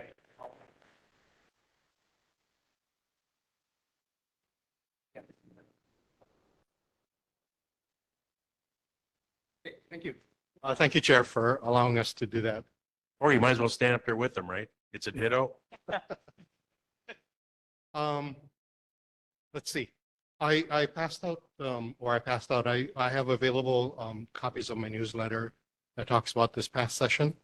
But first of all, before I forget, and I've been in the legislature for 13 years, and in almost every year, we've had a discussion of trying to control feral cat feeding by eradicating feral cats, eradicating, or at least trying to halt feral cat feeding. And every time we've tried, we've been unsuccessful. It's been one of our biggest frustrations because those who insist on feeding feral cats are a vocal and aggressive part of our population. So we'll keep trying, but I was asked about the Ho'oki'eki situation, and like Chair Vare, you pointed out, it's been a nuisance for the students at Momilani because the cat feces make it impossible for them to use the playground in some areas. So we'll keep working on that. Just wanted to mention in my newsletter that I became chair of the House Health Committee this year. And so much of my emphasis has been on addressing health issues in our state as a whole. One of the facts I learned as health chair is that from one end of H1, that side, to the other end of H1, difference in lifespan is 10 years. I'll let you figure out which side has the 10-year advantage, but definitely not that side. We're in the middle. We do a little bit better than average in Pro City, but much of my work this session that I describe in the newsletter has to do with trying to nail down what exactly are the deficiencies in our health programs that provide that kind of age expectancy difference in lifespans for our West Side community. A number of studies we're going to try and undertake to try and nail down what the specific issues are and how we can handle them. And that in addition to the general widespread problems of vaccinations. In answer to your question, there is a state law that requires every public school student, not every public school, every school student, private school, charter school, public school, to be vaccinated. And measles is one of the required vaccinations.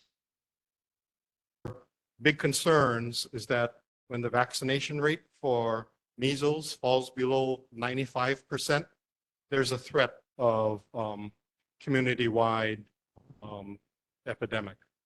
95% is the standard. In some charter schools, especially in the neighbor islands, the vaccination rate for measles is less than 50%. So to me, and I've talked to the health director a number of times, it's a ticking time bomb. And it's considering the number of visitors we have from the mainland and how prevalent measles is at this stage in our country's it's just a matter of time till we're really hit by a widespread measles problem. So anyway, with that, happy to answer any questions. Hey, board members, any questions for our representative? Okay, virtual? Okay, but I do. I got a couple. Oh, go ahead, Dan. Oh, well, just we want to monitor the school busing situation. Absolutely, yeah. Yeah, because good report from Senator Aquino about the express bus system, but need to kind of real coordination between the different busing agencies and companies. I think we can do better than we've done in the past. Oh, definitely. And I think one of the laws we passed this past session was to expand the variety of vehicles that can be used to transport school kids, not just the standard school bus, but, you know, other size vehicles. Yeah, Representative Takayama, a couple things. One thing is for health, you know, with your statistics as they are of great concern. I really think that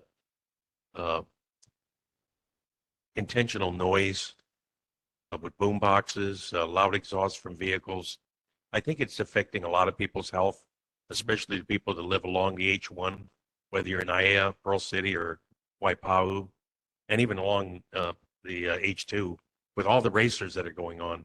You know, we're talking about early morning, you know, 2 o'clock in the morning with these racers, hundreds of vehicles. It impacts everybody. And you know, president of my homeowners association, a while back, I asked if they want, if the homeowners wanted me to ask the state for a noise wall like they do back in the mainland. You'll see a lot of the expressways have that. But we have so much noise now where there's no enforcement. It's totally out of hand, and I think it's impacting a lot of people. No, I totally agree. One of the things we've implemented in the past few years is red light camera enforcement at certain intersections. Well, you know, those cameras are also capable of catching speeders. And those mounts can also be used used for mounting noise detectors. And in fact, one of the things we did as a legislature was authorize the State Department of Transportation to experiment with noise detectors at certain intersections. And that's what the Department of Transportation is doing right now in a number of intersections. I think right now they're starting in the downtown and Waikiki areas, but there's no question that this step is going to be important in maybe being able to expand to other communities and ours as well. Yeah, and one thing I want to bring up, since we're starting a new term and trying to come up with creativity and innovation to work these problems, the noise issue is getting worse, just like fireworks. It just continues to compound. I think the only way we're going to take our community back, the citizens have to do it. HPD's got their hands full. They don't have enough people. I talked to Interim Chief Vanek, and I told him that we're going to have a meeting with him. But I'd like to lead an effort to establish the Citizens Community Policing Team. These are made up of honorary citizens. They go through a police program, and then and what we do is we enforce. We collect the video evidence, the audio evidence. We present that to HPD, and then they initiate the tickets. Okay. But I'm looking at that. I'm going to have an office call with you so we can figure out how the state legislature can support that initiative. I think we could build a model in Pearl City and make this work. All right. And then lastly, I want to thank you personally, you and the whole legislative team, Corey, and with both Senators Aquino and Elefante. You know, it was such a great term. The bills that you put forward, you know, with the fireworks and everything, we really appreciate all that. And especially the results now for Sunset Memorial Park Cemetery. The city grant, we've already put a plan of action together to spend the whole $125,000. The only thing we're waiting for is the state. We got $150,000 thanks to you all for helping us advocate the need for that. So those improvements, and we hope to have everything done by mid 2027. All that money will be expended, and you'll see the beautification, the cemetery revitalization for all the families. But thank you, Rodney. Over to you. Before, I just want to say that when it comes to Sunset Memorial Cemetery Chair, we're just supporting what you are leading the forefront in advancing, which is, you know, your hands-on approach to Sunset Memorial Cemetery is really responsible for all of it. I mean, we just back you up and happy to do that. And, you know, and going back to what Larry said about, you know, racing on the freeway. I gotta be honest, this is coming from a racer. I am a racer. I'm still a racer. I drag race, but I do it on a track. But like I said earlier to Mr. Hickman, and if any of you ever traveled the Central Valley of California on the Interstate 5, the Highway Patrol, the California Highway Patrol, has a bird in the sky that goes back and forth along the I-5, looking at, guys going over the speed limit. So, I think Corey, we talked about this. They have the drones in Hawaii. So if you could get those birds up at night when these folks are doing their racing on the freeway, it might be a big deterrent. Because I know anytime I see a city and county blue and white up in the sky, you know what I mean? Something's going on. That's how we saw O.J. Simpson's truck, right? On the freeway. Yeah. You're right. So I mean, it works. I mean, when we're going down a Grapevine, going down the I-5 and we see that Cessna going up in the air, we got to take it easy. He'll call to the next overpass. Next thing you know, we got a smoky on our tail. Might want to look at something like that. Chair. Go ahead there, Guy. Rep. Nakayama, thank you very much for your newsletter. It's really good always. In terms of your cancer study like that, within the cancer studies like that, are they also doing stem cell research within that area? I don't know that it's being done at the cancer center. I know some research is being done at the medical school right next door. Right. In terms of adaptive application of stem cell as a healing. Only because, there's a lot of commercials about stem cell, et cetera, like that, a lot of write-ups about stem cells. So I was kind of wondering if in the area of healthcare, if there might be a push for, supporting that type of research in the stem cell area. If they request us, one of the things I mentioned in newsletters, we added 3 positions to JABSOM, the medical school, in certain areas that are particularly important to our aging population, Alzheimer's disease and that sort of thing. So, stem cell, if it's an opportunity that we can support JABSOM in doing, we'd be happy to do that. We look to them to come to us for requests. In terms of, the speeding, et cetera, like that, you mentioned the speed traps, et cetera, like that. So they did the test right on Vineyard. And then the first month, I think there are 26,000 violations for people going over 5 miles an hour. So they upped it to 11 miles an hour. So I think it dropped down from 26,000 down to 12 to 15,000 or something like that. Yeah, they haven't actually started issuing citations. Not yet. That's Right. the number of warnings that we're issuing. Correct. Yeah. Right. They're looking at, yearly I have a lot of friends that come from Japan, and I asked them, well, how do you guys do your guys' speed traps like that? So they have van cams, and so you never know where they're gonna be, and then they just park them, etc., like that. And then technology there is incredible. They not only take the license plate, but they take the photo of the driver like that. So I remember, and you remember too, when we had those van cams, and the complaint was that you never know where they're going to be, right? So, it works both ways. go figure, yeah. That's why we don't have them anymore. Okay, any other questions? Hey, seeing none? Okay, thank you. And Representative Chun. Ditto. Hi, Chair. I know it's very late, so I'm going to try to talk really fast and try to stay as concise as. But I just want to congratulate the new members. Congratulations on serving in the neighborhood board. It's really great to have new, fresh faces. I wanted to update you on some of my things that have been happening to me at the legislature. So one of the things is that I have a new role. Last month, I was named the chair of the House Committee on Agriculture and Food Systems. So, I've been always talking about consumer protection. I've been moved away from that. And now my purview will be agriculture, helping farmers, working on our food systems. So farm to school, farm to families, and also biosecurity. So those issues. The second thing is that you have my newsletter, and we always talk about the bills that pass, but I just wanted to talk about 2 bills that didn't pass, just so you guys know, what we're actually working on, even though some things don't pass. So one of the bills I introduced this year was to deal with feral chickens. So it was an idea that came from a issue from a Pro City resident who was like, I spent hundreds of dollars on traps, nothing. I talked to a rancher from the Big Island and got this idea from him. He says, yeah, the chicken is on your property, that's your chicken. So I had a bill based off of that. Basically what it did was it amended the statute on cruelty to animals and said, chicken is on your property and you do it humanely, you can do it however you want to, no issues. Of course, through the legislative process, issues came up. What was defined as humane became an issue. So I didn't make it, but there was a lot of discussion on it. And so, we're always trying to figure out how to solve these problems. So that was just one idea, and I'm happy to take any other suggestions that people have. The second one relates to that issue, kind of relates to that issue that Steve brought up earlier. And so I had a bill I introduced this year to allow the counties to enter in a power of sale, which is like a non-judicial foreclosure for violations of DPP, notice of violations and notice of orders.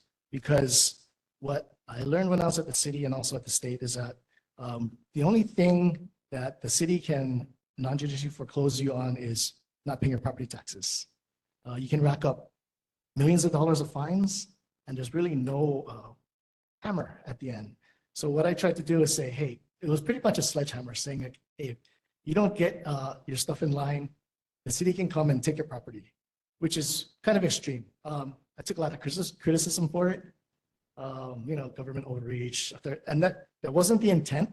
But what I was just trying to do is just say, hey, there's another tool that the city can, and these are just for these very extreme circumstances where, neighbors have been complaining for years and nothing's getting done. And so, that's really the ultimate solution, right? It's like, hey, if you're not going to take care of your property, the government will take it for you. And obviously, that didn't go over so well, but it was an idea. And so, it was a sledgehammer and maybe we needed a scalpel. So we're going to go back and I'm going to try to see if there's something, maybe a happy medium where we could just, provide those tools that we can actually address these issues. So, I'd wrap it up because I know it's getting late. Thanks for sticking with me. But with that, I'll take any questions that the board may have. Thank you. Yeah, Representative Chun, thank you. And we're willing to work with you and Representative Pacquiao and the other legislators this next term coming up. And I do want to talk to you offline because I do have a pretty good idea how to work the feral chicken problem with a little creativity. But anyway, board members, any questions as we move on? Yes, Chair. Yes, Chair. Yeah, go ahead. Yeah, thank you. You know what's funny, Corey, about that? What is it called? The property thing. Yeah. Not necessarily you, but somebody actually did mention that when I was at the Bond Festival, up at Palisades, and what they suggested was because they got troubling neighbors, but they're old, so they can't actually take care of their grass, and I guess in their younger days, big Bud Light drinkers. So the cans rack up in the garage. It's a fire hazard. It's fire safety. You got cans, rubbish, gasoline, oil lying around. So what he did was his kids are very bad. Makes his kids grab the cans, take it down to Reynolds Recycling, learn how to cut grass, and slowly and surely kind of took care of the lawn and everything. But he was just like, maybe the state or somebody in the higher area that's tax funded or something can come in and do some help cleaning, yard work whenever the guys come around to cut grass. The medians or so, maybe they can help. They can come trim in, maybe put a notice on top of their fence. Hey, we noticed you got some overgrown grass. We come once a month. We can come and do this as a service, as long as you pay your property taxes, of course. Cans, recycling, or something like that, if that helps in the legislative process. So it's not so much of a sledgehammer, as you said, right? Just an idea. No, thank you. Yeah. Okay, Dan? But just, on the bills, do not hesitate to ask us to testify and we can help. Okay, board members, virtual, seeing none. Anything from community? Seeing none. Thank you very much. Great. Thank you. Okay, moving on. Our last representative, Trish Lachika. Aloha. Aloha, Chair, Vice Chair members. Can you hear me okay? Hopefully you can Got see you me loud as and clear. well. Awesome. I'm currently in town, so I'm unable to see you and visit you guys there in person. However, I do have a couple of my staff. Well, I have one staff and one intern who are also joining me online. Just wanted to provide a quick update that we are from the last May. I saw you last May, but at the end of May, we did have the bill signing ceremony at Washington Place to sign my bill to expand the school bus options that could be allowed to transport students for House Bill 862, now Act 140. So thanks to Member Smith, who was there in person to help us celebrate. And that was signed along with the Access to School Meals bill, as well as the surfing bill that now recognizes surfing as a school sport. Also, in follow-up to Member Weber's question in May, this bill would be allowed. Her question was if this legislation would be allowed, could apply to school activities and school functions and events, and the answer is yes. And that implementation would be up to the Department of Education. Right now, this law, there's been a lot of vendors that are currently waiting on the DOE. So they have vehicles available to be able to be utilized for student transportation. So they're waiting on DOE to amend their contract to be able to expand the student transportation options and allow for the use of those vehicles as well as those drivers. There are some safety standards that need to be followed as well. And then with that, I wanted to introduce my new office manager. She is joining us tonight. Her name is Tosa Lobindan. She comes from the office of Senator Glenn Wakai.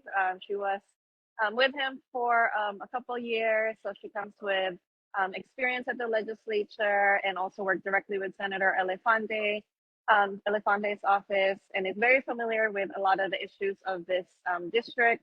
So I wanted to go ahead and introduce her and have her say a few words. And then I also wanted to introduce my my summer intern, who is a UH Public Health sophomore studying public health at the University of Hawaii, and she is also a UH Wahine volleyball player.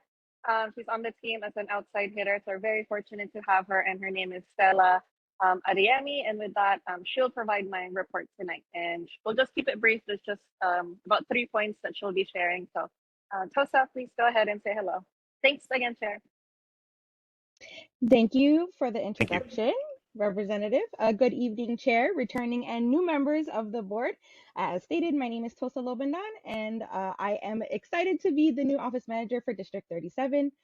I look forward to these monthly neighborhood board meetings and providing our office updates. As Representative said, if you have any questions or you have any ideas or anything, please come to our office. We're always here to assist. I am going to pass this over now to our intern, Stella.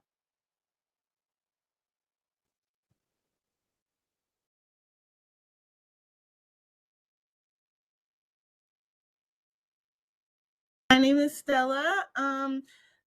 Aloha, Chair and members of the board. Thank you for allowing me to be here today.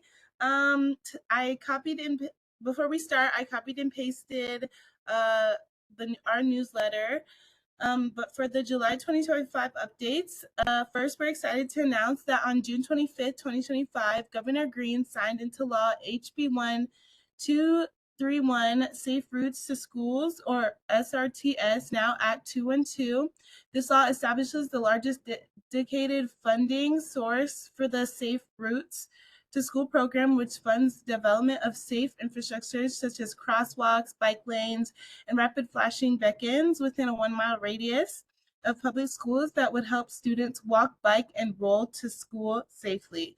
Currently, funding for Safe Routes to School is at $500,000 each year, and Act 212 is estimated to generate about $5 million each year. Additionally, our office has been meeting actively with Director Sniffen to discuss potential upcoming SRTS projects specifically for our district. Secondly, we would like to invite everyone to an upcoming community engagement meeting hosted by the Neighborhood Commission Office along with the Mililani, Wahiawa, and North Shore Neighborhood Boards next week, Wednesday, July 30th from 6:30 to 9:30 p.m. in Leilehua High School and virtually. There will be we will be discussing a large-scale development proposal, the Kamana Nui Gondola Project, which seeks to build a sky gondola spanning a portion of the Mount Kaala. The proposed route between Kaukonahua Road and Mount Kaala has sparked serious concerns due to the lack of community consultation and absence of an environmental assessment. Your voice matters, and we look forward to you joining us then. Additionally, we want to remind everyone that Preschool Open Doors is now accepting applications for the 2025-2026 school year. This program helps eligible families with 3 and 4-year-olds afford preschool and give them access to valuable education. With the recent passing of HB 692 or Act 203, federal poverty guidelines have been expanded and the program will be open to 2-year-olds beginning January 2026. Don't wait, act now, and the deadline to apply is January 31st, 2026 at 4:30 p.m. If you're interested or you have any questions, please call Patch Hawaii at 808-791-2130 or visit www.patchhawaii.org. I've also dropped the link in the chat. Lastly, we encourage the community to continue to reach out to our office if they have any other issues or need assistance within the community. We're currently not in session. However, now is the perfect time to come to us with your legislative ideas or community concerns. When session starts in mid-January, we only have a small window of around 2 weeks to submit anything. If we miss that window, we will have to wait. That is all for our office, and I can take note of any questions. Thank you, Chair. Thank you, Stella. Great updates. And again, to Representative Trish LaChica, thank you so much. And again, thank you for those very informative town hall meetings that you've had lately. It was really good for the whole community. Board members, any questions for Representative LaChica? Okay, seeing none. Virtual? Chair. Community? Yeah. Okay, Charmaine, go ahead. Yeah, Vice I Chair. just wanted to say thank you for supporting safe routes and different busing options. Those have been 2 longstanding priorities for this board, so we really appreciate that. Thank you. Mahalo, Vice Chair.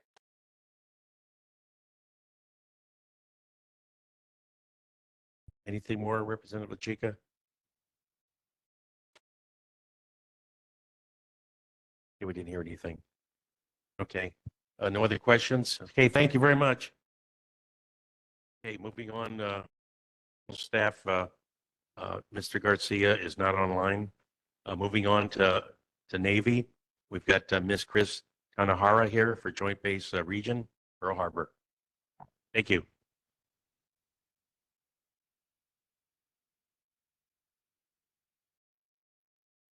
Aloha, Chair, Vice Chair, members of the board. My name is Chris Tonohara. I'm the Deputy Public Affairs Officer for Navy Region Hawaii. And then joining me is Liz Longo. She is online and she'll be giving the Navy Closure Task Force update. But I'll start off with Region first. We release the annual drinking water quality report earlier this month. The water system or the reports cover the Navy's 4 water systems. The reports are available for viewing on the Navy Region website as well as the NAVFAC Hawaii website. And the reports are required by the EPA. The good news is that all 4 water systems meet all state and national regulatory standards. But again, the full reports are on our website and the NAVFAC website. Speaking of NAVFAC, they recently awarded a combined $8 billion contract for new construction, repair, alteration, and related demolition of existing infrastructure in Hawaii and Wake Island. And the contracts were awarded to 11 companies, some of which are based in Hawaii. So again, that's a huge contract, $8 billion. And that did make the news earlier this month.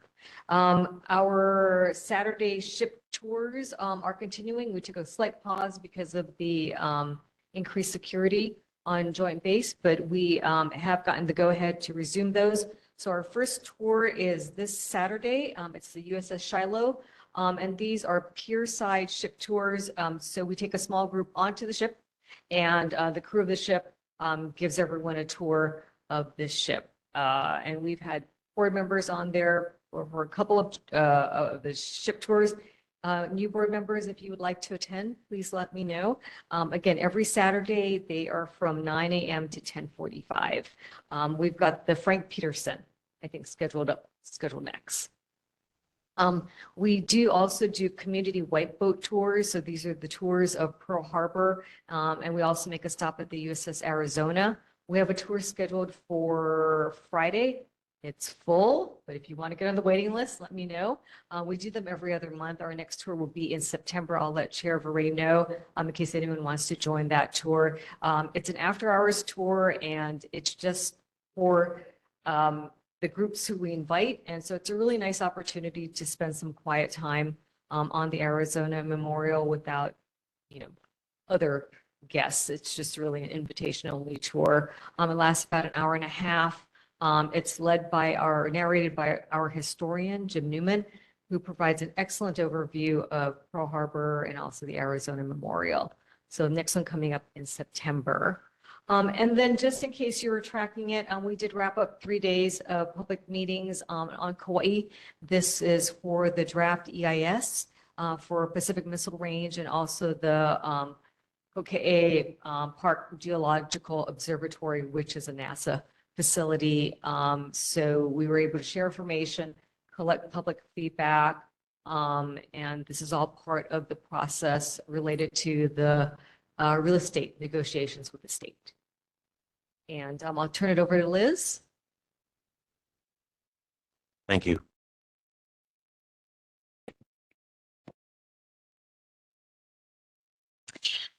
Thanks, Chris. Good evening, Chair Varay, board and community members. Lieutenant Liz Longo here to provide the Navy Closure Task Force Red Hill update. The report, I stand by the report. There are just two things I would like to highlight from the report this evening, which is that we began degassing operations on Tank 2 this month.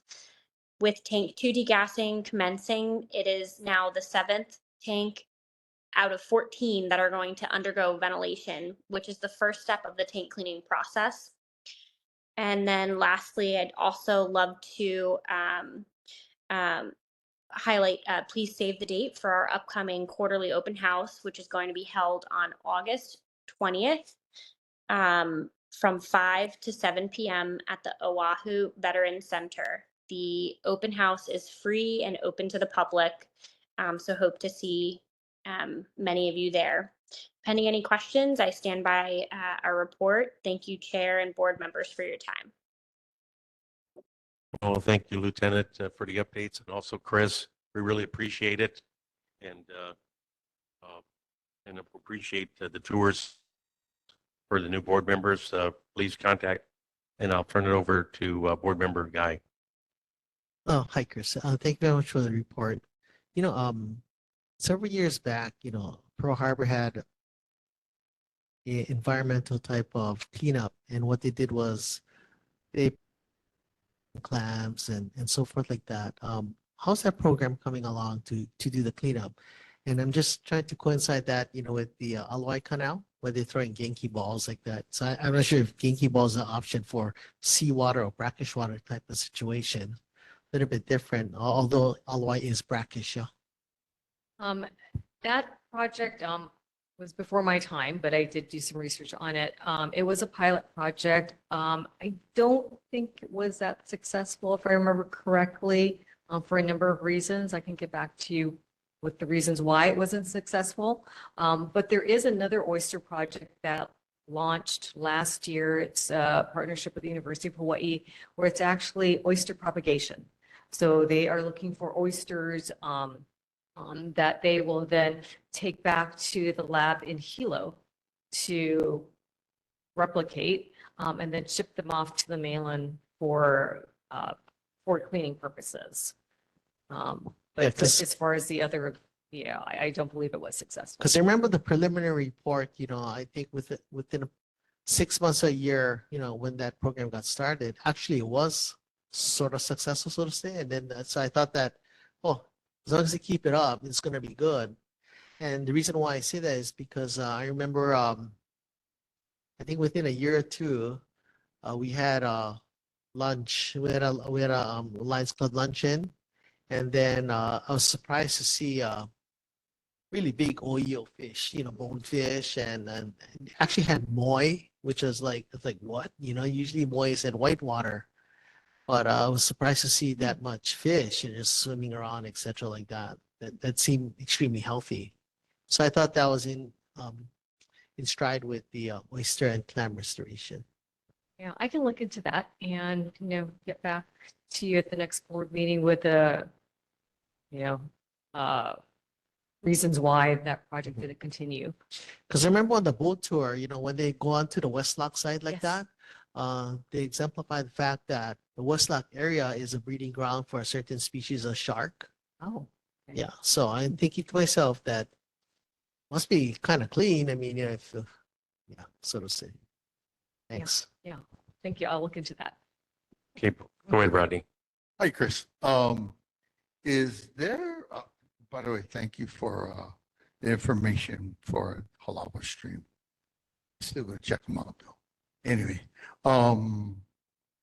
is there something going on next month with Missouri or anything like that? Because we met a gentleman when we were in at Camp Pendleton, and he said they were coming over for like the signing at the end of the war or something. I gotta check with him again, but he said he was coming over. There is, yes, there is going to be an event. It's actually an open base event next month to celebrate the end of the war, or to commemorate, I should say, the end of the war, the 80th anniversary. So Ford Island will be accessible. We don't have all of the details, but it is going to be hopefully a big sort of commemoration event. Is it in early August? Early part of August or mid-August? I don't have the exact dates, but I can get back to you on that. Yeah, apologize for that. But we'll get that information. Yeah, because this gentleman was, and he's about 102 years old, but he was part of the, I don't know if he was part of the Iwo Jima, but he was something significant, and I meant to get the pictures to Mr. Larry over here, but I'll get it to him. And but yeah, the gentleman who was coordinating, he coordinates a lot of stuff with Pearl Harbor and Camp Pendleton. He takes care of a lot of the Marines up there. Oh. My son is a Marine up there. Okay. That's how I met him. Yeah, I'll look into that. I'm Joint Base is sort of taking the lead on the planning and yeah.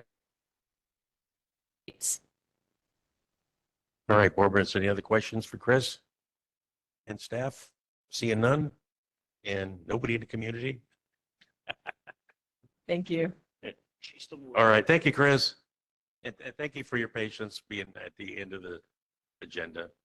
Okay, moving on, Chancellor Carlos Penaloza could not make it today, but we do have Miss Vicky Bowie from the Pearl City Library standing by as always.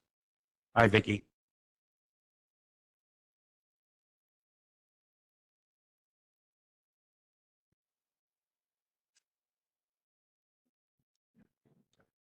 Good evening, everyone. So I'll just Good start evening. off with, hi, can you hear me? Yeah, we got you loud and clear, Okay. Vicky. And thank you All for right, still thank being you. up. So first off, I just want to mention our closures in August. So we'll be closed on August 15th, Friday, in observance of Statehood Day. And we'll also be closed on August 31st, Sunday, and September 1st, Monday, in observance of Labor Day. Our reading challenge is continuing until the end of July. There's still time to register and read for rewards. Just so a reminder that our grand prize drawing is for round trip tickets on Alaska Airlines to anywhere that Alaska Airlines goes to. In August, we'll be featuring an exhibit by the American Institute of Architects called The Faces of Architecture, which is to highlight the rich diversity within the architecture profession in Hawaii. And the goal is to inspire the next generation by shedding light on the many pathways into architecture. We have many programs in August, but I'm just going to highlight that we have baby story time on August 6th, Wednesday morning at 10 a.m. And we're doing this every first Wednesday of each month, and no registration is required. If you want to find out any more of our programs, just come to the library to pick up a program calendar, or you can find out more about our programs online on our website, www.librarieshawaii.org. And that's my report. All right, thank you, Vicky. Can you give us an update on what's the plans for the move? And are you still looking at Chuck E. Cheese, your alternate site? No, we don't know during the yet. renovation? I'm still waiting for. Well, I'll our just let you facility- know, I'm looking at. I just let Thank you know, you. I'm looking, if you don't take Chuck E. Cheese, I'm gonna take it, because I'm looking at doing a blood drive for Pearl City. And that'd be awesome. place that's got air conditioning. Our facilities person is Mallory Fujitani, and she is working out a location for us right now. She's still working it out, so we don't have a firm place that we're gonna go into yet. As far as I know, we're still waiting on the permit to get approved too. So there's still gonna be some maybe hopefully by next month I might have an update for you guys. All right, thank you, Vicky. Board members, any questions welcome. for Vicky? Watching that parking garage come up. That's right. All right, Vicky, I'd say any other questions? Thank you. In contact. Thank you. Thank Okay, you. moving on to Bye. Arlen with Board of Water Supply. What's happening? All these water breaks in Pearl City. Thank you, Chair Ray. Good evening, board members and the Pearl City community. The main break report for last month, we had 2 water main breaks in Pearl City. On June 18th, there was an 8-inch main break near 74 Ho'omalu Street. And on June 20th, there was another 8-inch main break near 68 Ho'omalu Street. The general water announcement for this month is the announcement of the 2025 annual Unthirsty plant sale. Everyone is invited to the 2025 annual Unthirsty plant sale at Halawa Xeriscape Garden, Saturday, August 2nd from 9 a.m. to 1 p.m. Admission is free and payment will be via credit card only. The 3-acre garden is a lush oasis nestled in Halawa Valley's Central Park industrial area.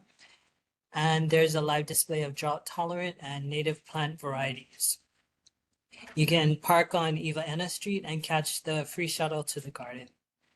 The plant sale is a family-friendly event that will offer a variety of xeric plants by local vendors, a team of plant doctors from UH Master Gardener Program with plant care advice and information, informational booths including rain barrel catchment information, and you can get free soil conditioner. If you'd like more information, you can visit our website, boardofwatersupply.com/plant sale. And that's the end of my report. All right, thank you, Arlen. Go ahead, Rodney. Hey, Arlen, I got to ask you, what is the status of the desalinization plant in Campbell Industrial Park? Let me get back to you on that. I don't have a status update on Kailua. Yeah, because we really could use another exit out of Campbell Industrial Park. There's only one way out, and you guys are blocking the other way. Okay, get back to us. Board members, any other questions for Arlen? Sure. Wait there, guy. Hey, Arlen, in Palisades in the past month and a half to 2 months, since May, I noticed that on Komamai and right above Komamai and Auhuhu Street, yeah, it seems to have been some kind of water main break. And lower part of Palisades too on Komamai too. So I guess that didn't reach your desk. Sorry, was that this month? Or last month? I don't know, within the past 2 months was, like turquoise trucks, yeah. Okay. There for like Let several me check on hours, that for you. fixing up the road. I mean, well, I just kind of wonder how it's Wasn't reported. Okay, board members, any other questions? Okay, seeing none. Thank you, Arlen. Okay, moving on to Pearl City community events. Dates for us. There's one event, Mark Takai Family Fun Day, September 15th, over here at Wawilani Community Center from 9 a.m. to 1 p.m. That's it. Okay, thank you. Okay, everybody was emailed or I should hard copies, the minutes of our last May 27th minutes. Are there any changes to it? Hearing none. Board members, can I get a motion to approve?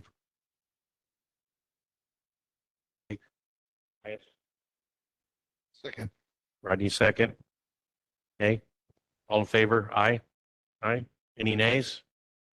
Hearing none. Any abstentions? Hearing none. Okay. Okay. The last I got for announcements, there is a cleanup for Sunset Memorial Park Cemetery on Saturday, the 2nd of August. So if anybody available would like to come out and help clean the cemetery, I mean, 2 hours probably at the most, and that'll do it. The Pearl City Neighborhood Board, next board meeting will be hybrid and also in person, facilitated on WebEx virtually and facilitated at Momilani here at Community Center. The next board meeting will be Tuesday, August 26th at 7 o'clock. Pearl City Neighborhood Board Twin meetings are broadcast on Focus Channel 49 Olelo and on the second Saturday at 6 p.m. and the first and third Fridays at 1 p.m. And board members, I want to thank you all for attending in person.